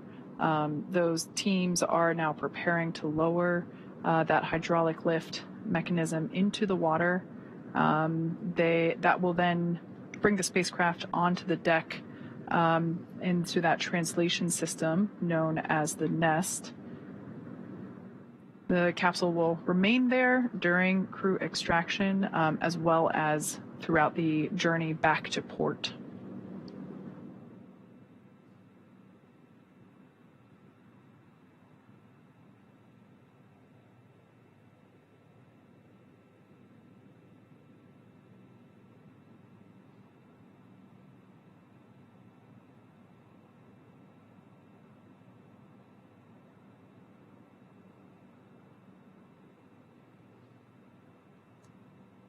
So one of the lines of the hydraulic lift has now been thrown to the rigger. The hydraulic lift is now moving into position, moving forward. This is the position that allows the initial lift of the Dragon capsule out of the Atlantic Ocean and then onto the Dragon nest. Dragon, SpaceX rigging complete. Approximately 5 minutes until capsule lift. SpaceX Dragon copies. We'll be waiting.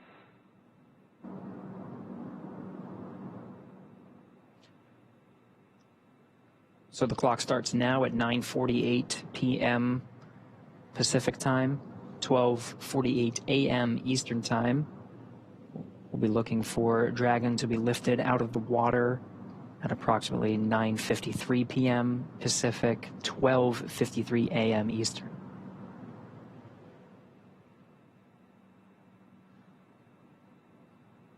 right before the Dragon capsule is lifted out of the water, we'll see that recovery team member who is currently still standing there. He's actually standing in the bucket where the main parachutes were located during Dragon's flight. Obviously, those buckets are that bucket is now empty as we deployed the main parachutes. But we will see that team member jump off and away from the capsule just prior to the capsule being lifted out of the water. Dragon, brace for capsule lift. There they go.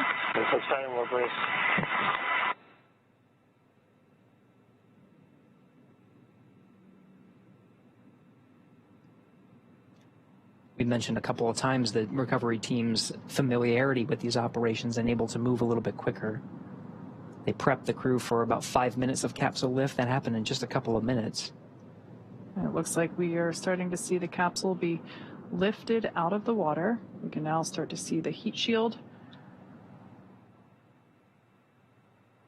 Dragon now in the air, the hydraulic lift being activated and will be utilized to center Dragon on the nest there at the aft end of the vessel. I love this view because you can see the state of the heat shield. It did such incredible work during atmospheric re-entry.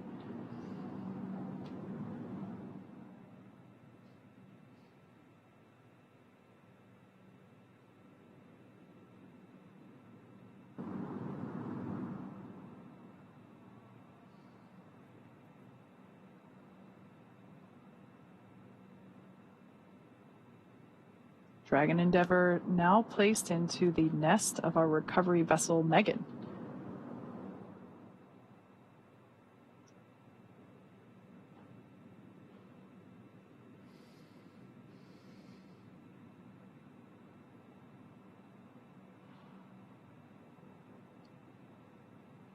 Here's our first view inside the Dragon capsule after they made their splashdown.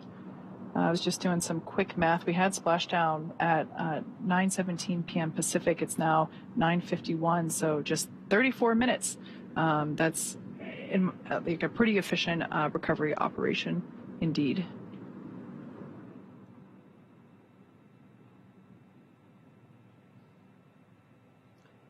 See the cabin lights on the inside the Dragon are off as the crew patiently waits for the recovery forces to do their job and get them out of the water and, of course, ready for egress. Dragon, I'm happy to see you safe and sound on board. Personnel are completing their final checks. Stand by for translation across the deck to the egress platform. SpaceX Dragon copies. We'll be waiting.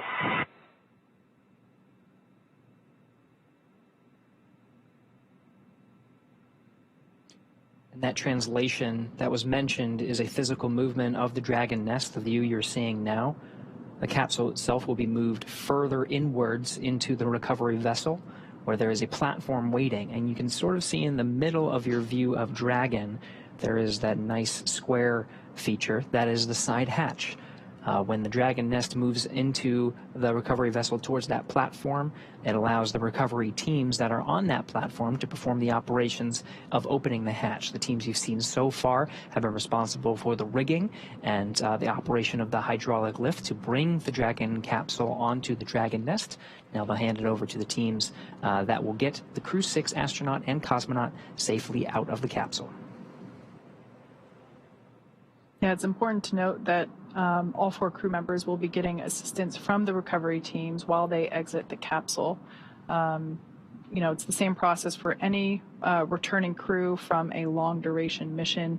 And it makes sense because returning to, you know, our environment here with gravity can really wreak havoc on our bodily systems and especially those that are responsible for balance and control. So we will be providing assistance, but I'm sure we will be seeing smiles and thumbs up along the way. Yeah, that's one of the main reasons. Of course, we've been talking a lot about the operations, but really we should mention the science Of course, the reason the Dragon is returning from space is because their mission, the Crew-6 astronauts and cosmonauts, was a 6-month expedition on board the International Space Station, an orbiting laboratory for science, maintenance, technology demonstrations.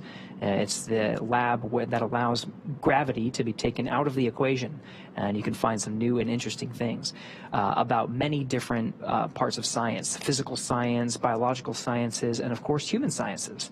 You can learn a lot about the human body, and that's very necessary for learning how humans adapt to space and, of course, returning from space to a one-gravity environment. Very necessary for understanding how to send humans further into the solar system, to the moon and to Mars.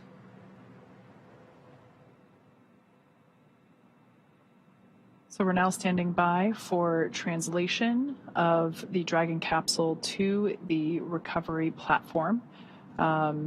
Basically meaning that once everything checks out here, we should see the entire capsule move towards us. We'll get a different camera view on board the recovery vessel once the Dragon capsule starts to move, but it'll basically put it right up next to the platform that is basically right at the same height as the bottom of the side hatch. Oh, there we have our first movement of Dragon Endeavour making its way to that recovery platform.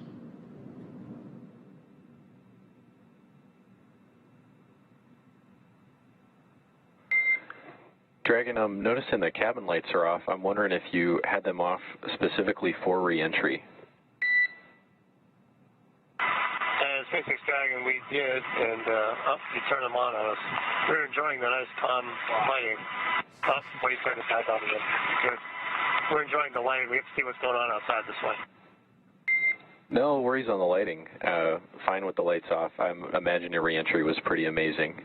Side hatch opening should be any minute now, and I think that's about it for me working with you all tonight. It's great to see you back. Steve, Woody, Sultan, Andrey, happy to have you back home safe. And we're happy to be back, and we look forward to catching up with you again real soon. Take care.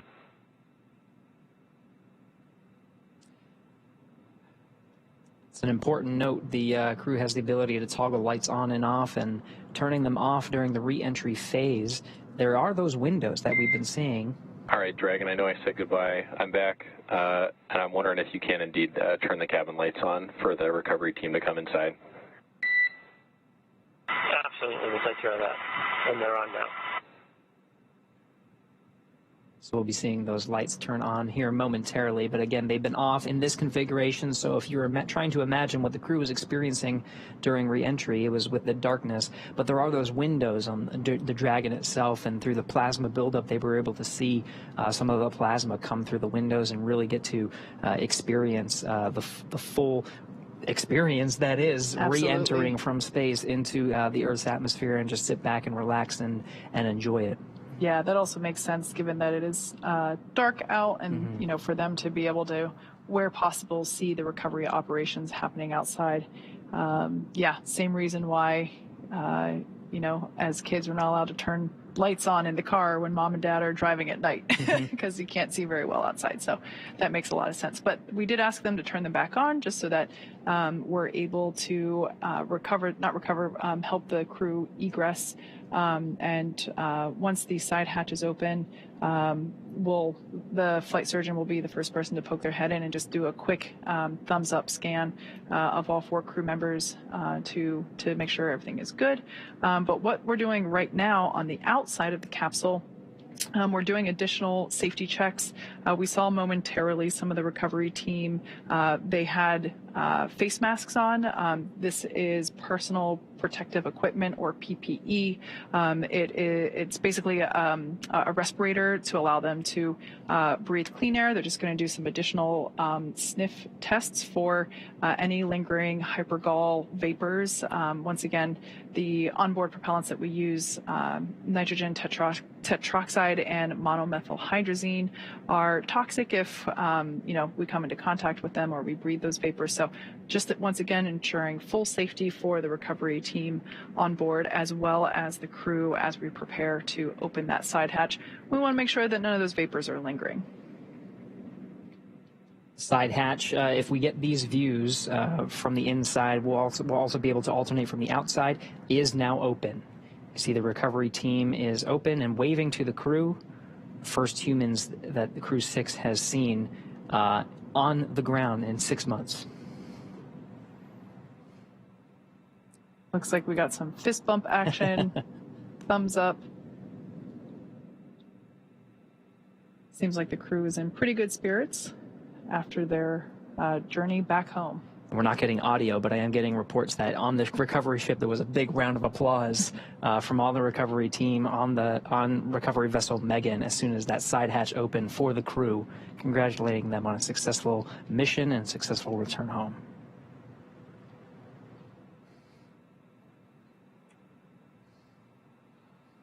So once again, this is the first time that the side hatch has been opened since the day that the crew lifted off from pad 39A. This side hatch is not utilized while they are on station. We use the forward hatch, or the hatch located at the top of the Dragon capsule, for ingress and egress to the space station. So this is the first time that the side hatch is open, and like you said, Gary, their first breath of fresh air since their departure. So we'll also see the SpaceX recovery team, perhaps they already installed it, but I think they did. It's a protective casing around the side hatch. As we mentioned before, we do reuse these capsules. This is actually the 4th flight for this particular capsule, so to help make sure that we protect the hardware as well as the spacesuits themselves, we want to make sure that that side hatch has a little bit of protection. So there's a small piece that they put around the edge to help protect it. Looks like we're getting some initial photos of the crew's return while continuing to secure that side hatch. Make sure it stays in the upright position while the crew is making their way out. Again, we will be providing assistance to all 4 crew members as they egress, as returning to our 1G environment, our 1 gravity environment here on Earth can be difficult after spending so many months in space. Once again, this crew lifted off in very early March, so they've certainly been enjoying microgravity for a while. It's important to note all the team members it takes to perform a successful recovery operations. We have specialized personnel out to drive the fast boats and secure rigging equipment, operate the hydraulic lift to bring Dragon onto the Dragon's nest and move it into position. Now we have specialists that are dedicated to understanding the Dragon's systems, successfully opening up the side hatch and knowing the insides of the Dragon vehicle to basically unbuckle the 4 crew members from the vehicle and start bringing them out one at a time. We, of course, have medical personnel on board, with medical facilities on board as well, to provide standard checks and test the health of the crew, make sure they're feeling good. And then, of course, Kate, you mentioned there is a helipad on the recovery vessel itself and a helicopter stage. So after the initial medical checks, the crew will be able to get a very quick ride home to the Florida coast, where they'll hop on a plane and make their way back over to Houston for further testing and, of course, to see their families, who will be eagerly awaiting their arrival.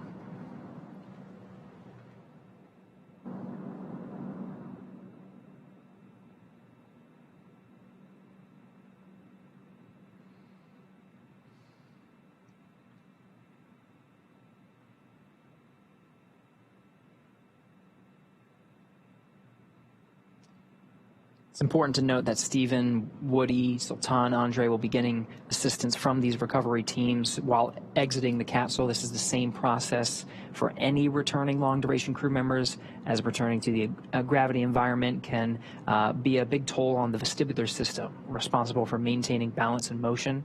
So safety, again, is our #1 priority with this operation. You'll see the crew members helped out of the capsule one by one and assisted the few feet to the medical quarters on aboard the boat. If you've ever watched crews return on a Soyuz, this is the same process when astronauts are carried from the capsule to waiting chairs and then carried to waiting medical tents. This is also a period where any time critical cargo can be recovered from the spacecraft. They're positioned right underneath the crew members, and they can be brought back into port relatively quickly. Once the ship and capsule return to shore, the recovery team will perform additional inspections before loading Dragon onto a flatbed truck at the SpaceX facility in Cape Canaveral for post-processing.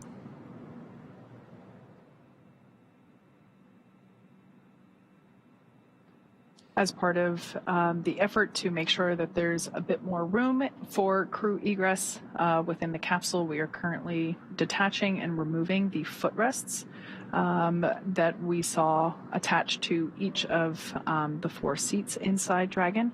This just helps to create a little bit more space and enable the crew to get out a little bit easier. We'll also likely see them put a small slide up against the side hatch, and that will allow the crew to kind of slide out a little bit to egress a bit easier.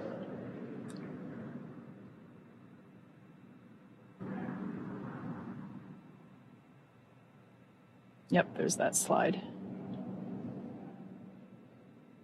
It's like they've done this before. Yeah, we've done it just a few times.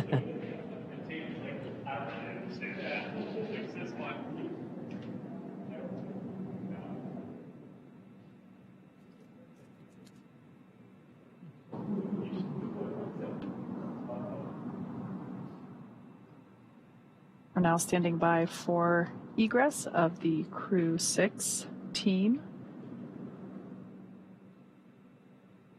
Very happy to see Steve, Woody, Andrey, and Sultan back on planet Earth.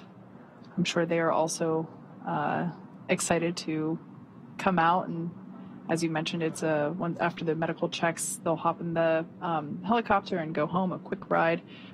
So I bet they're all getting really excited for the opportunity to see their families really soon. And of course, the change of gravity from microgravity to 1G can be taxing on the body. So throughout that whole process, through the medical checks, through the helicopter ride, the plane ride, the crew will have facilities and will have the ability to rest through much of that journey. As, of course, this has been a taxing journey for them, and they'll have well-deserved rest along their journey back home to Houston.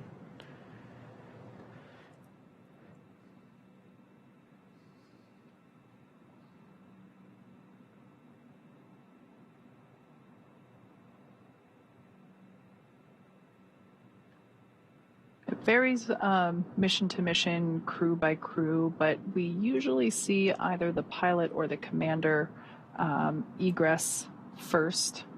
So with this view here, Commander Steve Bowen is in that left seat, and pilot Woody Hoburg is in the seat on the right. To Woody's right is Andrey Fedyaev, and to Steve's left is Sultan Alneyadi. So usually it makes it easier if the center seats are vacated prior to the 2 mission specialist seats, but it really varies crew to crew.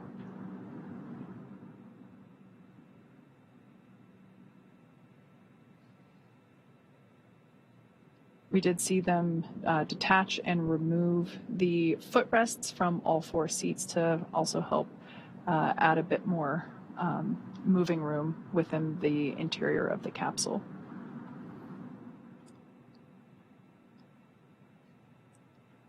There's a series of checks, so it's not as easy as just unbuckling and getting out of your seat. The seats, of course, and suits are designed with human spaceflight in mind. So the seats are connected. The suits are connected to the seats via umbilical that can provide communications as well as air, nitrox purge that the crew is able to breathe. It's a little bit more oxygen than your standard breathing air.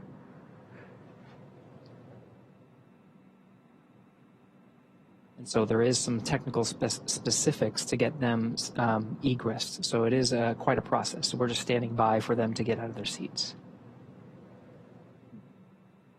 Does look like Steve will be the first out.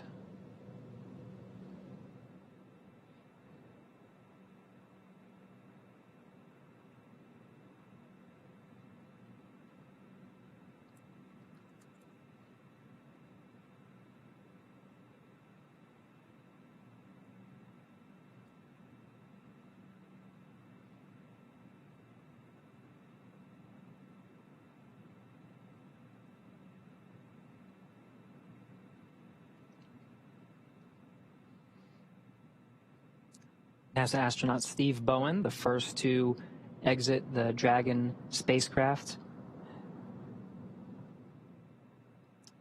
I think I see a big smile on his face. Helped up by the recovery teams.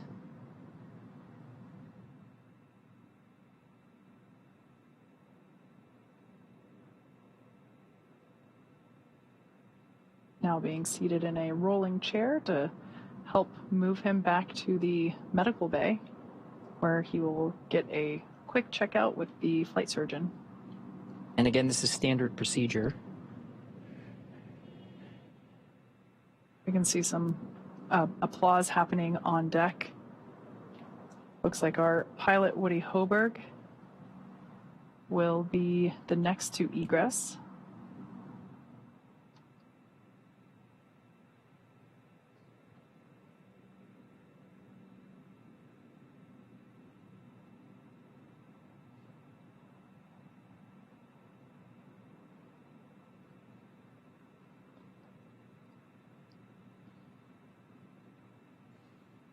For those of you that have just joined us, we are now standing by for egress of the remaining 3 Crew-6 members.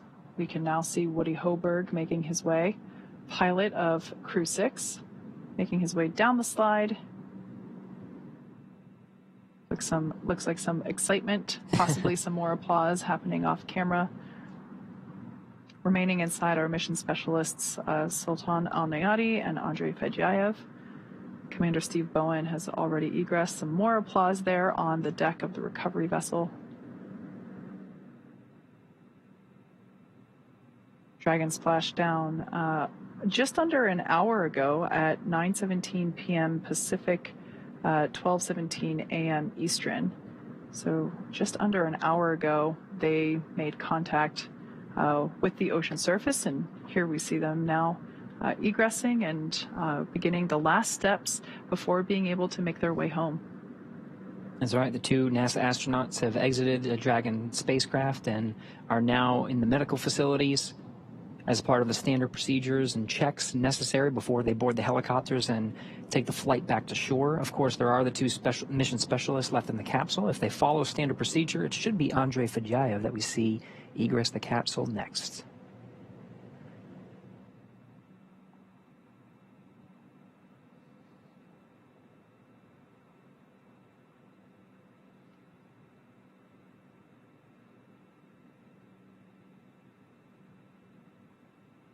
Gary, you mentioned standard procedure. I think that's an important thing to note, that in addition to the teams rehearsing both joint operations, everywhere from pre-flight training to the things that they were doing in space to the things that they were monitoring while Dragon was on orbit and making its way home, everything is very carefully choreographed in terms of the process in which we execute these operations. So even from a recovery standpoint, you mentioned before that our recovery times from the first time we did this with humans on Demo 2, again using this same capsule. This capsule has flown 4 times now. Our operations have gotten more efficient, and they are documented step by step. And so of course, whenever it comes to egress, there is a little bit of flexibility that if a crew member needs or wants to egress sooner than later, we can do that. But generally, as I mentioned before, we do try to vacate the 2 center seats first. We can now see 2 more leg rests being removed footrests being removed from the seats inside the capsule, again, just to create a little bit more room. Yeah, you mentioned the efficiencies, Kate. We're inside of an hour now, and this is from the moment of splashdown at 12:17 p.m. Eastern. It's now 1:14, or 12:17 a.m. Eastern, rather. So it's now 1:14 a.m. Eastern, and we're seeing the 3rd crew member egress. So we're just an hour, really, after splashing down that the crew is able to set foot on the recovery vessel.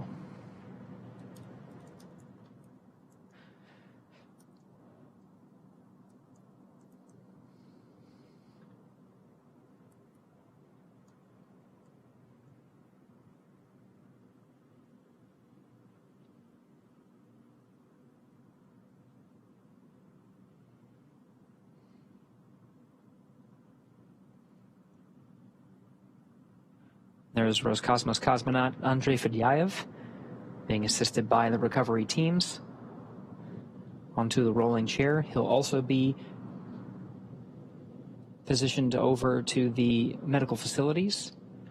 Last remaining crew member inside Dragon Endeavour now is Emirati astronaut Sultan Alneyadi, completing 186 days in space. Got some happy waves there from Andrey. More applause.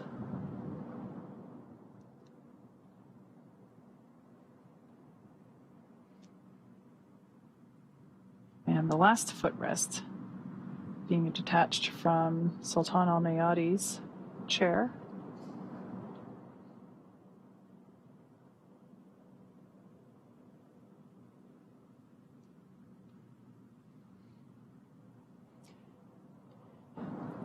You can see SpaceX and Emirati recovery personnel positioned outside the Dragon capsule, ready to receive Sultan Alneyadi.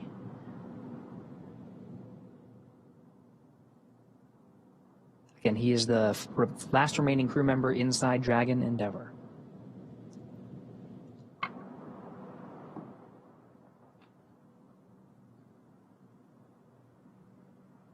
And if he makes it out in the next minute, which it looks like he is, it will be exactly 1 hour on the dot after making splashdown. Not bad. 60 minutes exactly. So once again, nominal operations are to assist all crew members to the medical bay. The return to gravity can be pretty jarring on the human body. So we slide them down a little Dragon fun slide, assist them into the wheeled chair, and roll them over to the medical bay. And just like that, the 4th crew member, 1 hour exactly on the nose since splashdown, has now egressed from Dragon Endeavour. Looks like smiles and waves and applause all around. All right. All 4 crew members have egressed Dragon successfully. So now that Steve, Woody, Sultan, and Andrey are safely back home on Earth and getting checked out by the NASA medical teams and, of course, the international teams, we're going to wrap up our live coverage of their return. This all kicked off on March 2nd, 2023 from historic Launch Pad 39A at the Kennedy Space Center in Florida. After a successful liftoff and separation from Falcon 9, Steve, Woody, Sultan, and Andrey made a 25-hour flight on board Dragon to the International Space Station. Since arriving at the station, they spent nearly 6 months as members of Expedition 68 and 69, executing science experiments, spacewalks, and repairs while aboard the orbiting laboratory. Actually, more than 6 months. That's right. And their journey home began about 18 hours ago on September 3rd, when they closed the hatch to Dragon and undocked from the space station at 4:05 p.m. Pacific time. Then, after 5 successful departure burns and a phasing burn to line up their orbit, Steve, Woody, Sultan, and Andrey rested for a few hours before waking up to prepare for re-entry this morning. We jettisoned Dragon's trunk and performed our final on-orbit maneuver, the 16-minute-long deorbit burn, at 8:24 p.m. Pacific time, 3:24 GMT, and that is what put Dragon on its path home to Earth. The spacecraft re-entered the Earth's atmosphere and slowed its descent with successful deployments of 2 drogue parachutes, followed by 4 main parachutes, and with final splashdown occurring off the coast of Florida near Jacksonville at 9:17 p.m. Pacific time, 4:17 GMT. Following that successful splashdown, we saw the SpaceX recovery experts move in really quickly and prepare Dragon Endeavour for its lift onto the recovery vessel. And just almost exactly an hour following splashdown, we saw Steve, Woody, Sultan, and Andrey make their way out of Dragon and into the recovery ship's medical facilities, safe and sound. So after the medical facilities and medical checks, they'll catch a helicopter flight back to shore where they'll transfer to the aircraft that will take them home. Steve, Woody, Sultan, and Andrey will take a NASA plane for the short flight back to Houston, and later Andrey will fly back to Russia and Sultan to the UAE. They'll be reunited with families to bring an end to the mission. It's been an honor and a privilege to share their journey with all of you as we continue in this new era of human spaceflight. Return today marks the end of the direct handover that we just executed after successfully launching the Crew-7 mission to the space station just a little over a week ago. It has been an incredible honor and joy to share this mission with the public. All the teams from SpaceX and NASA continue to work hard to keep America leading the world in human spaceflight. Continue to follow SpaceX and NASA online and on social media for updates for the very latest on crew and cargo flights to and from the International Space Station. And we'll continue to share the progress of Steve, Woody, Sultan, and Andrey on social media as they travel back home. We also have a post-splashdown media telecon coming up at approximately 11 p.m. Pacific, 2 a.m. Eastern, where leadership from NASA, the UAE, SpaceX will share a final update as we conclude this successful mission. So we'll say thank you one more time for tuning in and cheering on Steve, Woody, Sultan, and Andrey as they made their return back to planet Earth. From all of us at NASA and SpaceX, welcome home, Crew-6. So long.